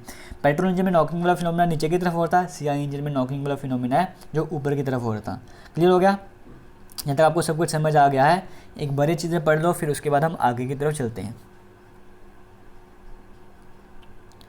किसी भी तरह का आपको डाउट होगा ना तो अपने कमेंट सेक्शन में कमेंट करके बताना है, और एक बार जिस भी चीज़ में डाउट होगा, क्योंकि सभी वीडियोज़ में पहले भी बना चुका हूँ, उनके लिंक भी आपको मिल जाएंगे, वहाँ पे जाकर भी उन वीडियोज़ को देख लेना ज़रूर, ठीक है। ये चीज़ें सभी आपके लिए ज़रूरी है, जो चीज़ आपको बता रहा हूँ, ये काम ज़रूर करना जो आपके सामने लिखा हुआ है। उसके बाद हम पढ़ेंगे टर्बो चार्जर वगैरह क्या होता है, सुपर चार्जर क्या होता है, वो सब चीज़ें पढ़ेंगे। ये आपको जो स्क्रीन में दिख रहा है इसे टर्बो चार्जर कहा जाता है, या फिर कभी कभी सिंपली टर्बो भी कहा जाता है, ठीक है। अभी टर्बो चार्जर क्या होता है, कैसे काम करता है, वो भी आपको समझना है। आपको समझ आएगा टर्बो चार्जर दिखता कैसे है, अब ये काम कैसे करता है वो हमें समझना है। ये आपके पास इंजन वाली अरेंजमेंट आ गई है, जहाँ पे एग्जॉस्ट गैसेज में क्या हो रहा है, एग्जॉस्ट गैसेज जो हैं वो बाहर की तरफ जा रही हैं। एग्जॉस्ट गैसेज यहाँ पर क्या हो रहा है, एटमॉस्फेयर से बाहर की तरफ जा रही हैं। बट हम चाहते हैं कि एफिशिएंसी बढ़ाने के लिए कि जो ये एग्जॉस्ट गैसेस बाहर जा रही हैं इन्हें किसी ना किसी तरीके से यूज़ कर लिया जाए। हम चाहते हैं कि इन एग्जॉस्ट गैसेस को यूज़ किया जाए। वो हम कैसे यूज़ करते हैं, हम टर्बो चार्जर की हेल्प से यूज़ करते हैं। कैसे करेंगे हम, एग्जॉस्ट गैसेस जो भी बाहर जा रही है ना, वो एग्जॉस्ट गैसेस हम इस अरेंजमेंट के थ्रू भिजवाते हैं। जैसे क्या होता है, सॉरी, ये जो सिलेंडर है ना, यहाँ पे एग्जॉस्ट वाल्व इस तरफ बनी हुई है, ठीक है, यहाँ पे एग्जॉस्ट वाल्व इस तरफ बनी है, तो यहाँ से एग्जॉस्ट गैसेस बाहर जा रही हैं। हमने प्रॉपर पाइप वाली अरेंजमेंट किया है जहाँ से एग्जॉस्ट गैसेस जाती हुई यहाँ पर एंटर करती हैं। यहाँ पर क्या है, यहाँ पर आपके पास दो तरह की चीज़ें हैं, एक आपके पास टरबाइन वाला सेक्शन है, एक आपके पास कंप्रेसर वाला सेक्शन है, ठीक है। ये जब यहाँ पर आती है ना, स्ट्राइक करते हैं टरबाइन्स की ब्लेड में, और जो टरबाइन के ब्लेड से घूमना स्टार्ट कर देते हैं। जब ये टरबाइन के ब्लेड्स घूमना स्टार्ट करते हैं इस एग्जॉस्ट गैसेस के प्रेशर की हेल्प से, ये बीच में शाफ्ट है, ये शाफ्ट भी घूमना स्टार्ट कर देती है। जब ये शाफ्ट घूमना स्टार्ट कर देती है, ये कंप्रेसर भी घूमना स्टार्ट कर देता है। अब जब ये कंप्रेसर घूमना स्टार्ट कर देता है ना, तो जो बाहर की जो भी एयर आ रही है उसे सक करता है अंदर की तरफ। अब ये एक्चुअली में कर रहा है, जो भी एयर आ रही है उसे मैक्सिमम क्वांटिटी में अंदर आने की कोशिश कर रहा है। अगर ये कंप्रेसर ना होता तो नॉर्मल रेट में एयर एंटर कर रही होती है इंजन में, बट इस कंप्रेसर के कारण क्या हो रहा है, ये मैक्सिमम क्वांटिटी में जितना फ्यूल को ला सकता है ना, एयर को एंटर करवा सकता है, उतनी एयर को ये एंटर करवा रहा है। और फिर ये जो एयर है वो यहाँ से होती हुई इस चार्ज एयर कूलर से निकलते हैं, क्योंकि कंप्रेसर ने एयर का टेम्परेचर भी बढ़ा दिया होगा। ये जो चार्ज एयर कूलर है टेम्परेचर को थोड़ा सा कम कर देता है, और फिर जो ये एयर है एयर फिल्टर से होती हुई आपके इंजन के इनटेक स्ट्रोक में एंटर करती है। क्लियर हो गया। जितना अच्छे से इंजन ब्रीथ करेगा, जितनी ज़्यादा क्वांटिटी में उसको एयर मिलेगी, मतलब बेटर क्वांटिटी में एयर मिलेगी, उतना ही वो बेटर वे में काम करेगा। मतलब ब्रीदिंग सिस्टम उसका इंजन का सही करता है टर्बो चार्जर। आपको समझ आ गया, एग्जॉस्ट गैसेस को ये यूज़ कर रहा था। ये रहा फिर से आपके सामने टर्बो चार्जर, आपको सब कुछ समझ, ब्लेड्स भी आपको दिख रहे हो यहाँ पे, जो ब्लेड्स घूमते हैं, इतना क्लियर हो गया। एक पाइप आपकी जो है वो वाली आगे जो इन गैसेस वगैरह जो भी एयर को ला रही है ना, वो वाली गैसेस वगैरह होगी, और एक जो पाइप आपको दिख रही होगी वो एग्जॉस्ट गैसेस को ला रही है, एक एयर को सक कर रही है, ठीक है। ये आपको दिख रहा होगा फिर से टर्बो चार्जर वाला सेक्शन। यहाँ पर क्या जो एयर आउटलेट है इंजन का, वो वाला एयर था यहाँ पे। ये कंप्रेसर आपको दिख रहा होगा, टरबाइन आपको दिख रहा होगा। ये देखो एग्जॉस्ट गैसेस यहाँ पर आती हैं, यहाँ से आती हैं टरबाइन के व्हील्स को घुमाती हैं, जिसके कारण क्या होता है, टरबाइन के व्हील्स को घुमाकर फिर यहाँ से होती हुई बाहर निकल जाती हैं, ठीक है। और ये टर्बो जो कंप्रेसर वगैरह वो घूम रहा था, इतना आपको समझ आ गया। यहाँ पे आगे की बात कर लेते हैं। ये आ गया हमारे पास सुपर चार्जर। ये भी आपने देखा होगा, इसका नाम भी सुना होगा। टर्बो चार्जर जो काम कर रहा था वही काम सुपर चार्जर भी कर रहा है, बस काम करने का तरीका अलग है। ये भी ब्रीथिंग सिस्टम जो इंजन का वो सही कर रहा है। टर्बो चार्जर क्या करता है, यहाँ पर भी इस तरह से सुपर चार्जर वाली अरेंजमेंट आपको दिख रही होगी। यहाँ पर जो ये आपको दिख रहा है ना ब्लेड्स वगैरह, ये भी घूमना स्टार्ट कर देते हैं। ये जब घूमना स्टार्ट करते हैं, जैसे रोटेट करना स्टार्ट कर देते हैं, ये भी कंप्रेसर वाला काम करते हैं, और एयर को जितना मैक्सिमम क्वांटिटी में ला सकते हैं लाने का काम कर रहे हैं। सेम टू सेम काम ये भी वही कर रहे हैं। बस जब हम टर्बो चार्जर की बात कर रहे थे, वहाँ पे टरबाइन को घुमाने का काम कौन कर रहा था, वहाँ पे एग्जॉस्ट गैसेस की हेल्प से टरबाइन को घुमाया जा रहा था।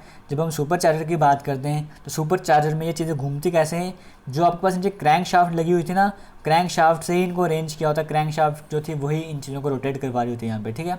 ये रीज़न है कि जो टर्बो चार्जर है ना, उसको हम ज़्यादा एफिशिएंट मानते हैं। क्योंकि वो एग्जॉस्ट गैसेस को यूज़ कर रहा है और ये इंजन की पावर को यूज़ कर रहा है, क्रैंक शाफ्ट यूज़ कर रहा है, इसलिए सुपर चार्जर को ज़्यादा एफिशिएंट नहीं माना जाता है। यहाँ पे सब कुछ समझ आ गया हो आपको, बेसिक डिफरेंस भी आपके सामने स्क्रीन पर है, ये भी आप देख सकते हो। एक बार ये चीज़ पढ़ लो, फिर उसके बाद हम आगे की तरफ चलते हैं। और उम्मीद करता हूँ आपको यहाँ तक सब कुछ समझ आ गया होगा। अगर कुछ भी समझ आया है, वीडियो में कुछ भी अच्छा लगा है, तो लाइक ज़रूर कर देना, और वीडियो को जितना शेयर कर सकते हो उतना शेयर भी करना। अब हम क्या कर रहे हैं, एग्जॉस्ट गैसेस पे ध्यान दे रहे हैं। हमने एग्जॉस्ट गैसेस को यूज़ कर लिया। अब एक EGR वॉल्व आता है, एग्जॉस्ट गैस रीसर्कुलेशन वॉल्व आता है, इसके बारे में आपको समझना है ये क्या काम करता है। अब जो भी एग्जॉस्ट कैसे जा रही थी, हमने देखा अगर हमारे पास सुपर टर्बो चार्जर लगा हुआ है, आज के टाइम पीरियड पर अगर आप देखोगे ना, तो गाड़ियों में EGR की बात करें और टर्बो चार्जर की बात करें, दोनों के कम्बिनेशन को यूज़ किया जाता है। टर्बो चार्जर को भी यूज़ किया जाता है, EGR को भी यूज़ किया जाता है। टर्बो चार्जर ने क्या कर दिया, ब्रीथिंग कैपेसिटी को बढ़ा दिया। EGR क्या कर, जो पोल्यूटेंट्स हैं ना, नाइट्रोजन के जो ऑक्साइड्स हैं, NOx में क्या है, NO भी हो सकता है, NO2 भी हो सकता है, NO3 भी हो सकता है, NO4 भी हो सकता है, कुछ भी हो सकता है। मतलब नाइट्रोजन और ऑक्सीजन कंबाइन है, और नाइट्रोजन अगर ऑक्सीजन कंबाइन हो गए ना, ये हमारे एटमॉस्फेयर के लिए पोल्यूटेंट हैं, मतलब एटमॉस्फेयर को पोल्यूट करने वाला काम करेंगे, हमारे लिए भी खतरनाक है। तो इनको हम चाहते हैं कि नाइट्रोजन और ऑक्सीजन को अलग कर दिया जाए। नाइट्रोजन और ऑक्सीजन कंबाइन में आ गए तो खतरनाक है, अलग अलग हो गए तो नाइट्रोजन अलग है, ऑक्सीजन अलग है, उससे हमें कोई फ़र्क नहीं पड़ने वाला। तो हम चाहते हैं जो NOx के एमिशन है ना, वो कम से कम हो, उसी पर्पज़ से हम यहाँ पर EGR वॉल्व को भी लेकर आते हैं। अब अगर हम NOx की बात करें ना, NOx से जो एमिशन एक्चुअली में बनते कब हैं, इनको बनने के लिए सबसे ज़रूरी चीज़ चाहिए हाई टेम्परेचर। अगर टेम्परेचर ज़्यादा होगा ना तभी NOx के एमिशंस काम कर पाते हैं, तभी नाइट्रोजन और ऑक्सीजन मिल पाते हैं। अगर हम टेम्परेचर ही कम कर देंगे तो इसका मतलब ये दोनों मिल नहीं पाएंगे, तो हम EGR के थ्रू वही काम करते हैं। जो भी एग्जॉस्ट गैसेज जा रही थी, कुछ तो जाते हैं टर्बोचार्जर वाले सेक्शन में जहाँ पे वो अपना काम करती हैं, ब्रीथिंग सिस्टम बढ़ाती हैं, और कुछ जो एग्जॉस्ट गैसेज हैं वो जाती हैं EGR वॉल्व में। EGR वॉल्व क्या करता है, इन गैसेज को दोबारा से इंटेक स्ट्रोक में लेकर आता है। इंटेक स्ट्रोक में लाने से क्या हुआ, एयर और फ्यूल का मिक्सचर आपका एंटर कर रहा था, और उसके फ्यूल के मिक्सचर के एंटर करने के साथ साथ जो एग्जॉस्ट गैसेज थी इनको भी दोबारा से यहाँ पर लेकर आता है। दो फायदे हो जाते हैं, दो बेनिफिट हो जाते हैं। एक जो अनबर्न हाइड्रोकार्बन थे, जो हाइड्रोकार्बन थे से बर्न नहीं हुए थे, जो कि हार्मफुल थे एटमॉस्फेयर के लिए, यहाँ पर वो दोबारा से बर्न हो जाते हैं। और दूसरी चीज़ ये है कि इसने पहले से हीट गेन कर ली होती है, और कुछ हीट और यहाँ पर ये गेन कर लेता है, जिसके कारण क्या होता है, मतलब इसने पहले ही हीट गेन की होती है, इसका टेम्परेचर वैसे ही बड़ा होता है, ये वैसे ही जल चुका होता है पूरी तरह से, और यहाँ पे और हीट गेन कर लेता है, बट ये जल नहीं पाता क्योंकि पहले ही जला हुआ सब कुछ, अब और कितना जलेगा बेचारा ये। तो यहाँ पे टेम्परेचर वगैरह जो है इसका इतना ज़्यादा बढ़ नहीं पाता, टेम्परेचर पहले से कम हो गया होता है, और जो नया मिक्सचर आ रहा था ना उसका टेम्परेचर भी अपने साथ मिलाकर थोड़ा सा कम कर लेते हैं। तो टेम्परेचर कम हो जाता है, जिसके कारण क्या होता है, नाइट्रोजन और ऑक्सीजन के जो पार्टिकल्स हैं वो कंबाइन नहीं हो पाते हैं। बेसिक सा फंडा यही है EGR का। अब EGR कितना बचा लेगा बेचारा, NOx को कितना बचा लेगा, अनबर्न जो हाइड्रोकार्बन है वो कितना बचा लेगा, उसको आगे और फर्दर इंप्रूव करने के लिए हमारे पास आता है एग्जॉस्ट सिस्टम। गाड़ी का जो एग्जॉस्ट सिस्टम होता है ना, हम उसकी बात करें यहाँ पर क्या, देखो आपके पास एग्जॉस्ट मैनिफोल्ड है, जितने भी सिलेंडर थे सभी पाइप्स एक जगह में जाके कनेक्टेड होती हैं, और यहाँ से एग्जॉस्ट सिस्टम पूरा आपके पास अरेंजमेंट है, जहाँ से एग्जॉस्ट गैसेज जो है वो बाहर एटमॉस्फेयर पे जाती हैं। अब यहाँ पर क्या, चाहे आपने NOx के एमिशन को कम किया EGR की हेल्प से, चाहे आपने अनबर्न हाइड्रोकार्बन्स को वापस जला दिया, बट फिर भी मैक्सिमम क्वांटिटी में अभी भी NOx के ऑक्साइड्स रहते हैं, अभी भी वहाँ पे अनबर्न हाइड्रोकार्बन्स रहते हैं। इस तरह कई सारी चीज़ें रहती हैं जिन्हें हमें अभी भी जलाना है पूरी तरह से same to same as it is, उन्हें हमें एटमॉस्फेयर पर नहीं बेचना है। उनके लिए यहाँ पर क्या आता है, ये पूरा एग्जॉस्ट सिस्टम है जहाँ पे आपको दो तो ऑक्सीजन सेंसर मिलेंगे, एक ये ऑक्सीजन सेंसर है और एक ये ऑक्सीजन सेंसर है। बीच में आपको मिलता है 3-वे कैटालिटिक कन्वर्टर, ये आपको एग्जॉस्ट पाइप आपकी चल रही है, लास्ट में आपको मफलर सेक्शन आपको देखने को मिलता है, ठीक है। अब यहाँ पर क्या है, कैटालिटिक कन्वर्टर की बात करें उससे पहले ऑक्सीजन सेंसर की बात कर लेते हैं। ये ऑक्सीजन देखता है कि कितनी क्वांटिटी में यहाँ पे जो है, देखो एग्जॉस्ट गैसेस से ना, ये देख रहा है एग्जॉस्ट गैसेस, जो भी एग्जॉस्ट गैसेस आ रही हैं उनमें कितनी ऑक्सीजन की क्वांटिटी अभी भी है, ऑक्सीजन ज़्यादा है या कम है।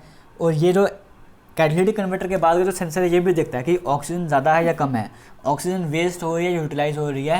ये जितने भी सिग्नल्स हैं जाके किसको देता है, ये सिग्नल्स देता है ECU को, और ECU उसके हिसाब से आगे एयर और फ्यूल की क्वांटिटी को मेंटेन करता है इस ऑक्सीजन सेंसर की हेल्प से। क्योंकि समझ आ गया ऑक्सीजन वेस्ट हो रही है, इसका मतलब ऑक्सीजन एक्स्ट्रा जा रही है, तो ऑक्सीजन की सप्लाई कम कर दो। अगर ऑक्सीजन है ही नहीं है, सही तरह से कंबशन नहीं हो रहा है, तो ऑक्सीजन की सप्लाई बढ़ानी पड़ेगी। वो सारा काम कौन करेगा, ECU करेगा, क्योंकि सब कुछ कंट्रोल यही कर रहा है, ठीक है। अभी तक समझ आ गया। अब यहाँ पे 3-वे कैटालिटिक कन्वर्टर आपको दिख रहा है, जो यहाँ पे इसका काम क्या है, यहाँ पे कैटलिस्ट यूज़ करते हैं। कैटलिस्ट प्लैटिनम, पैलेडियम, रोहिडियम, 3 तरह के कैटलिस्ट आज के टाइम पीरियड पर हम यूज़ करते हैं। प्लैटिनम हो गया, पैलेडियम हो गया और रोहिडियम हो गया, इन चीज़ों को हम यूज़ करते हैं। ये क्या करते हैं, सीक्वेंस वाइज काम करते हैं, 3 तरीके से काम करते हैं ये। पहले ये जैसे मान के जो NOx के एमिशन को ख़त्म कर देंगे, नाइट्रोजन ऑक्सीजन को अलग कर देंगे, अनबर्न हाइड्रोकार्बन है उसमें से हाइड्रोजन कार्बन को अलग कर देंगे। इस तरह से काम करते जितने भी एमिशन है ना, उनको टॉक्सिक से नॉन टॉक्सिक बनाकर ये आगे की तरफ बेचते हैं। फिर सारी गैसेज ये मफलर से होते हुए, मफलर वाले सेक्शन से होते हुए बाहर जाते हैं। मफलर क्या करते हैं, यहाँ पे जो आवाज़ वगैरह है ना उसको कम करने का काम करता है, क्योंकि एग्जॉस्ट वगैरह में जो सिस्टम की बात करें, यहाँ पे आवाज़ वगैरह काफ़ी जनरेट होती है, नॉइज़ पोल्यूशन भी हो सकता है, उसको काम करने का काम मफलर वाला सेक्शन कर रहा है। इस पर मैं डिटेल में वीडियो बना चुका हूँ, लिंक आपको वीडियो के डिस्क्रिप्शन में मिल जाएगा, ठीक है। यहाँ तक आपको ओवरव्यू समझ आ गया हो एग्जॉस्ट सिस्टम का, एग्जॉस्ट सिस्टम काम कैसे करता है। ये आपको जो कैटालिटिक कन्वर्टर में बता रहा था, ये वो चीज़ हो गई। HC हाइड्रोकार्बन्स हो गया, कार्बन मोनोऑक्साइड हो गया, नाइट्रोजन ऑक्साइड्स, इन तीनों को यहाँ पे ख़त्म कर दिया जाता है। और लास्ट में देखो नाइट्रोजन अलग हो चुकी है, H2O बन चुका है, जो कि हमारे लिए हार्मफुल नहीं है, CO2 बन चुका है, जो कि इतना हार्मफुल हमारे लिए नहीं है। तो ये था 3-वे कैटलिस्ट का काम, आपको ये भी समझ आ गया होगा, ठीक है। ये एक बार चीज़ देख लो, फिर हम आगे की तरफ चलेंगे और जो भी चीज़ें हैं वो हम सभी डिस्कस कर लेंगे।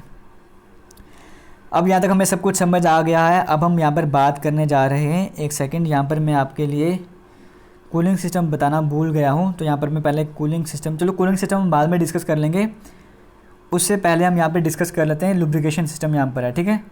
लुब्रिकेशन सिस्टम हम डिस्कस कर लेते हैं, फिर हम यहाँ पे कूलिंग सिस्टम भी डिस्कस कर लेंगे। लुब्रिकेशन सिस्टम में यहाँ पर देखो क्या है, आपका जो सम्प पर नीचे की तरफ जहाँ पे क्रैंक शाफ्ट वगैरह रहती है, वहाँ पे नीचे की तरफ जो अरेंजमेंट होती है उसे हम सम्प कहते हैं, जहाँ पे ऑयल सम्प वगैरह, ऑयल वगैरह जो आपका वहाँ पे पड़ा रहता है, ठीक है। यहाँ पर एक ऑयल सम्प आ गया, यहाँ पे एक फ़िल्टर रहता है, ऑयल फिल्टर यहाँ पर भी एक पंप भी रहता है, ऑयल पंप वगैरह रहता है जो ऑयल को पंप करने का काम करता है। यहाँ पे जितना भी ऑयल था ना लुब्रिकेशन की हम बात करें, लुब्रिकेशन के लिए, क्योंकि यहाँ पे कई सारे वर्किंग कंपोनेंट्स हैं, एक दूसरे के कॉन्टैक्ट में आते हैं, वहाँ पे फ्रिक्शन वगैरह होती है, हीट जनरेट होगी, कई तरह की चीज़ जल जाएंगी, उनको बचाने के लिए लुब्रिकेशन करना ज़रूरी है। यहाँ पे प्रॉपर वर्किंग के लिए लुब्रिकेशन करना ज़रूरी है। ऑयल पंप यहाँ पर क्या करता है, ये जो ऑयल पंप आपको दिख रहा होगा यहाँ पे, ये पंप यहाँ से ऑयल को निकालेगा एयर ऑयल फिल्टर होने के बाद।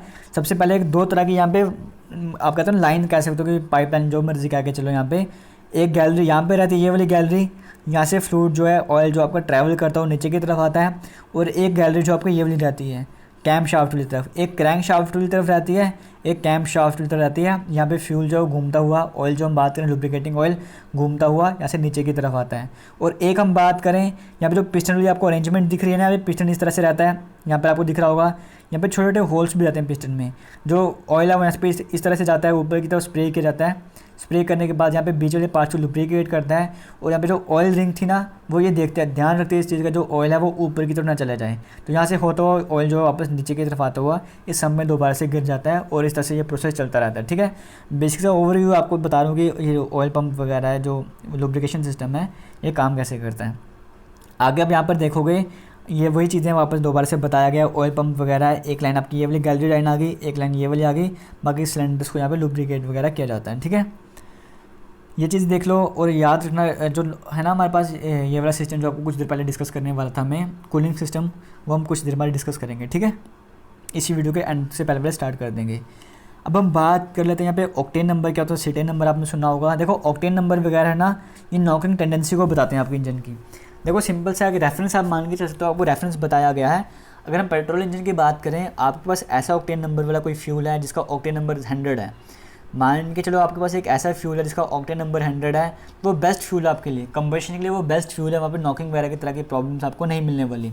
और एक ऐसा फ्यूल जिसका ऑक्टेन नंबर 0 है, इसका मतलब कि वहाँ पे जो नॉकिंग वगैरह की प्रॉब्लम्स आपको मिलनी ही मिलनी है। तो आपको देखना है आपको ऑक्टेन नंबर कैसे चाहिए, 100 चाहिए या 100 के आसपास वाला चाहिए, 0 के आसपास वाला चाहिए। अगर 100 तो वैसे मिल जाए तो ठीक है, अच्छी बात है। अगर 100 के आसपास भी आ जाएगा तो बेटर है, वहाँ पर नॉकिंग की प्रॉब्लम्स आपकी वहाँ पर नहीं रहने वाली। एक ऐसा फ्यूल की बात करें, 2,2,4 ट्राई मिथाइल पेंटेन की बात करें, जनरली जिसको आइस ऑक्टेन भी कहा जाता है, उसको ऑक्टेन नंबर 100 दिया गया है क्योंकि बैटर फ्यूल है। और हेप्टेन की बात करें, उसको ऑक्टेन नंबर 0 दिया गया है। इसका मतलब यहाँ पे नॉकिंग वाली प्रॉब्लम्स आपकी रहने वाली हैं। इतना क्लियर हो गया। वैसे सीटेन नंबर की बात करें, सीटेन नंबर हम किसके लिए यूज़ करते हैं, ये हम डीजल इंजन के यूज़ करते हैं। अगर हायर सीटेन नंबर आपको मिल गया, इसका मतलब कंबशन बेटर होगा, कोल्ड स्टार्टिंग जैसी प्रॉब्लम नहीं होने वाली, नॉइस वगैरह, स्मोक वगैरह इस तरह की प्रॉब्लम्स आपको नहीं होने वाली। अब आपने मुझे कमेंट सेक्शन में बताना है, जैसे मैंने आपको बताया ना हाई ऑक्टेन नंबर और लो ऑक्टेन नंबर, आपने मुझे बताना हाई सीटेन नंबर वाला फ्यूल और लो सीटेन नंबर वाला फ्यूल कौन सा है, वो आपने मुझे कमेंट सेक्शन में कमेंट करके बताना है। अब यहाँ पर एक टर्म आती है एयर फ्यूल रेशो। वो एयर फ्यूल रेशो क्या है वो आपको समझना है। हम तब से डिस्कस करते जा रहे हैं कि एयर और फ्यूल का मिक्सचर जो कंबाइन होता है, पेट्रोल में वो पहले मिक्स हो जाता है इंटेक स्टॉक में, और डीजल इंजन की बात करें वो बाद में जाके तो मिक्स होता है, लेकिन एयर और फ्यूल मिक्स तो होते ही होते हैं। अब एयर और फ्यूल की जो प्रॉपर रेशो चाहिए ना, कि कितना मास आपको एयर का चाहिए और कितना मास फ्यूल का चाहिए, इनको जो रेशो है इसे ही एयर फ्यूल रेशो कहा जाता है। क्लियर हो गया। इसको रिवर्स कर दोगे तो उसे फ्यूल एयर रेशो कहा जाता है। एक हम टर्म यहाँ पे पढ़ते हैं स्टाइकोमेट्रिक या स्टाइशोमेट्रिक एयर फ्यूल रेशो। ये क्या है, ये एक थ्योरेटिकल एक रेशो है जिसको हम कहते हैं कि ऑप्टिमम वैल्यू, परफेक्ट वैल्यू जो है कि आपको कितना एयर चाहिए कितने फ्यूल के लिए, या फिर कितने केजी फ्यूल के लिए आपको कितनी केजी एयर चाहिए, ये आपको बताता है, ठीक है। जैसे यहाँ पर कहा गया है 14.7:1, ये कहा गया पेट्रोल इंजन के केस में स्टाइकोमेट्रिक एयर फ्यूल रेशो जो है 14.7:1 है। मतलब कहने का मतलब ये है, अगर आपको 1 kg फ्यूल बर्न करना है ना, तो 1 kg फ्यूल बर्न करने के लिए आपको जो प्रॉपर एयर चाहिए वो 14.7 kg चाहिए, ठीक है। 14.7:1 का मतलब आपको समझ आ गया कि 1 kg फ्यूल को बर्न करने के लिए 14.7 kg की हवा चाहिए। यह stoichiometric air fuel ratio petrol engine के केस में। वैसे समझ आ गया आपको कि स्टाइकोमेट्रिक एयर फ्यूल रेशो का मतलब क्या होता है। अगर हम रिच फ्यूल मिक्सचर की बात करें या लीन की बात करें, रिच मिक्सचर का मतलब क्या है, वहाँ पे जो फ्यूल है वो मैक्सिमम है, ज़्यादा फ्यूल हो जाएगा। अगर हम लीन मिक्सचर की बात करेंगे तो लीन मिक्सचर का मतलब क्या है कि वहाँ पर फ्यूल जो है वो कम हो जाता है। ये भी आपको यहाँ पर समझ आ चुका होगा, ठीक है। ये चीज़ एक बार पढ़ लो सब कुछ क्या लिखा हुआ है, फिर हम यहाँ पर डिस्कस करेंगे एयर कूलिंग सिस्टम डिस्कस करेंगे इंजन का, कि इंजन का कूलिंग सिस्टम कैसे काम करता है, वो चीज़ें भी हम यहाँ पर डिस्कस करेंगे, ठीक है। अब हम चलते हैं एयर कूलिंग सिस्टम की तरफ।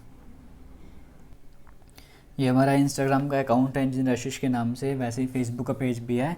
तो वहाँ पर ये पोस्ट मैंने डाली थी, मैं सबको समझा रहा हूँ इंजन कूलिंग सिस्टम काम कैसे करते हैं।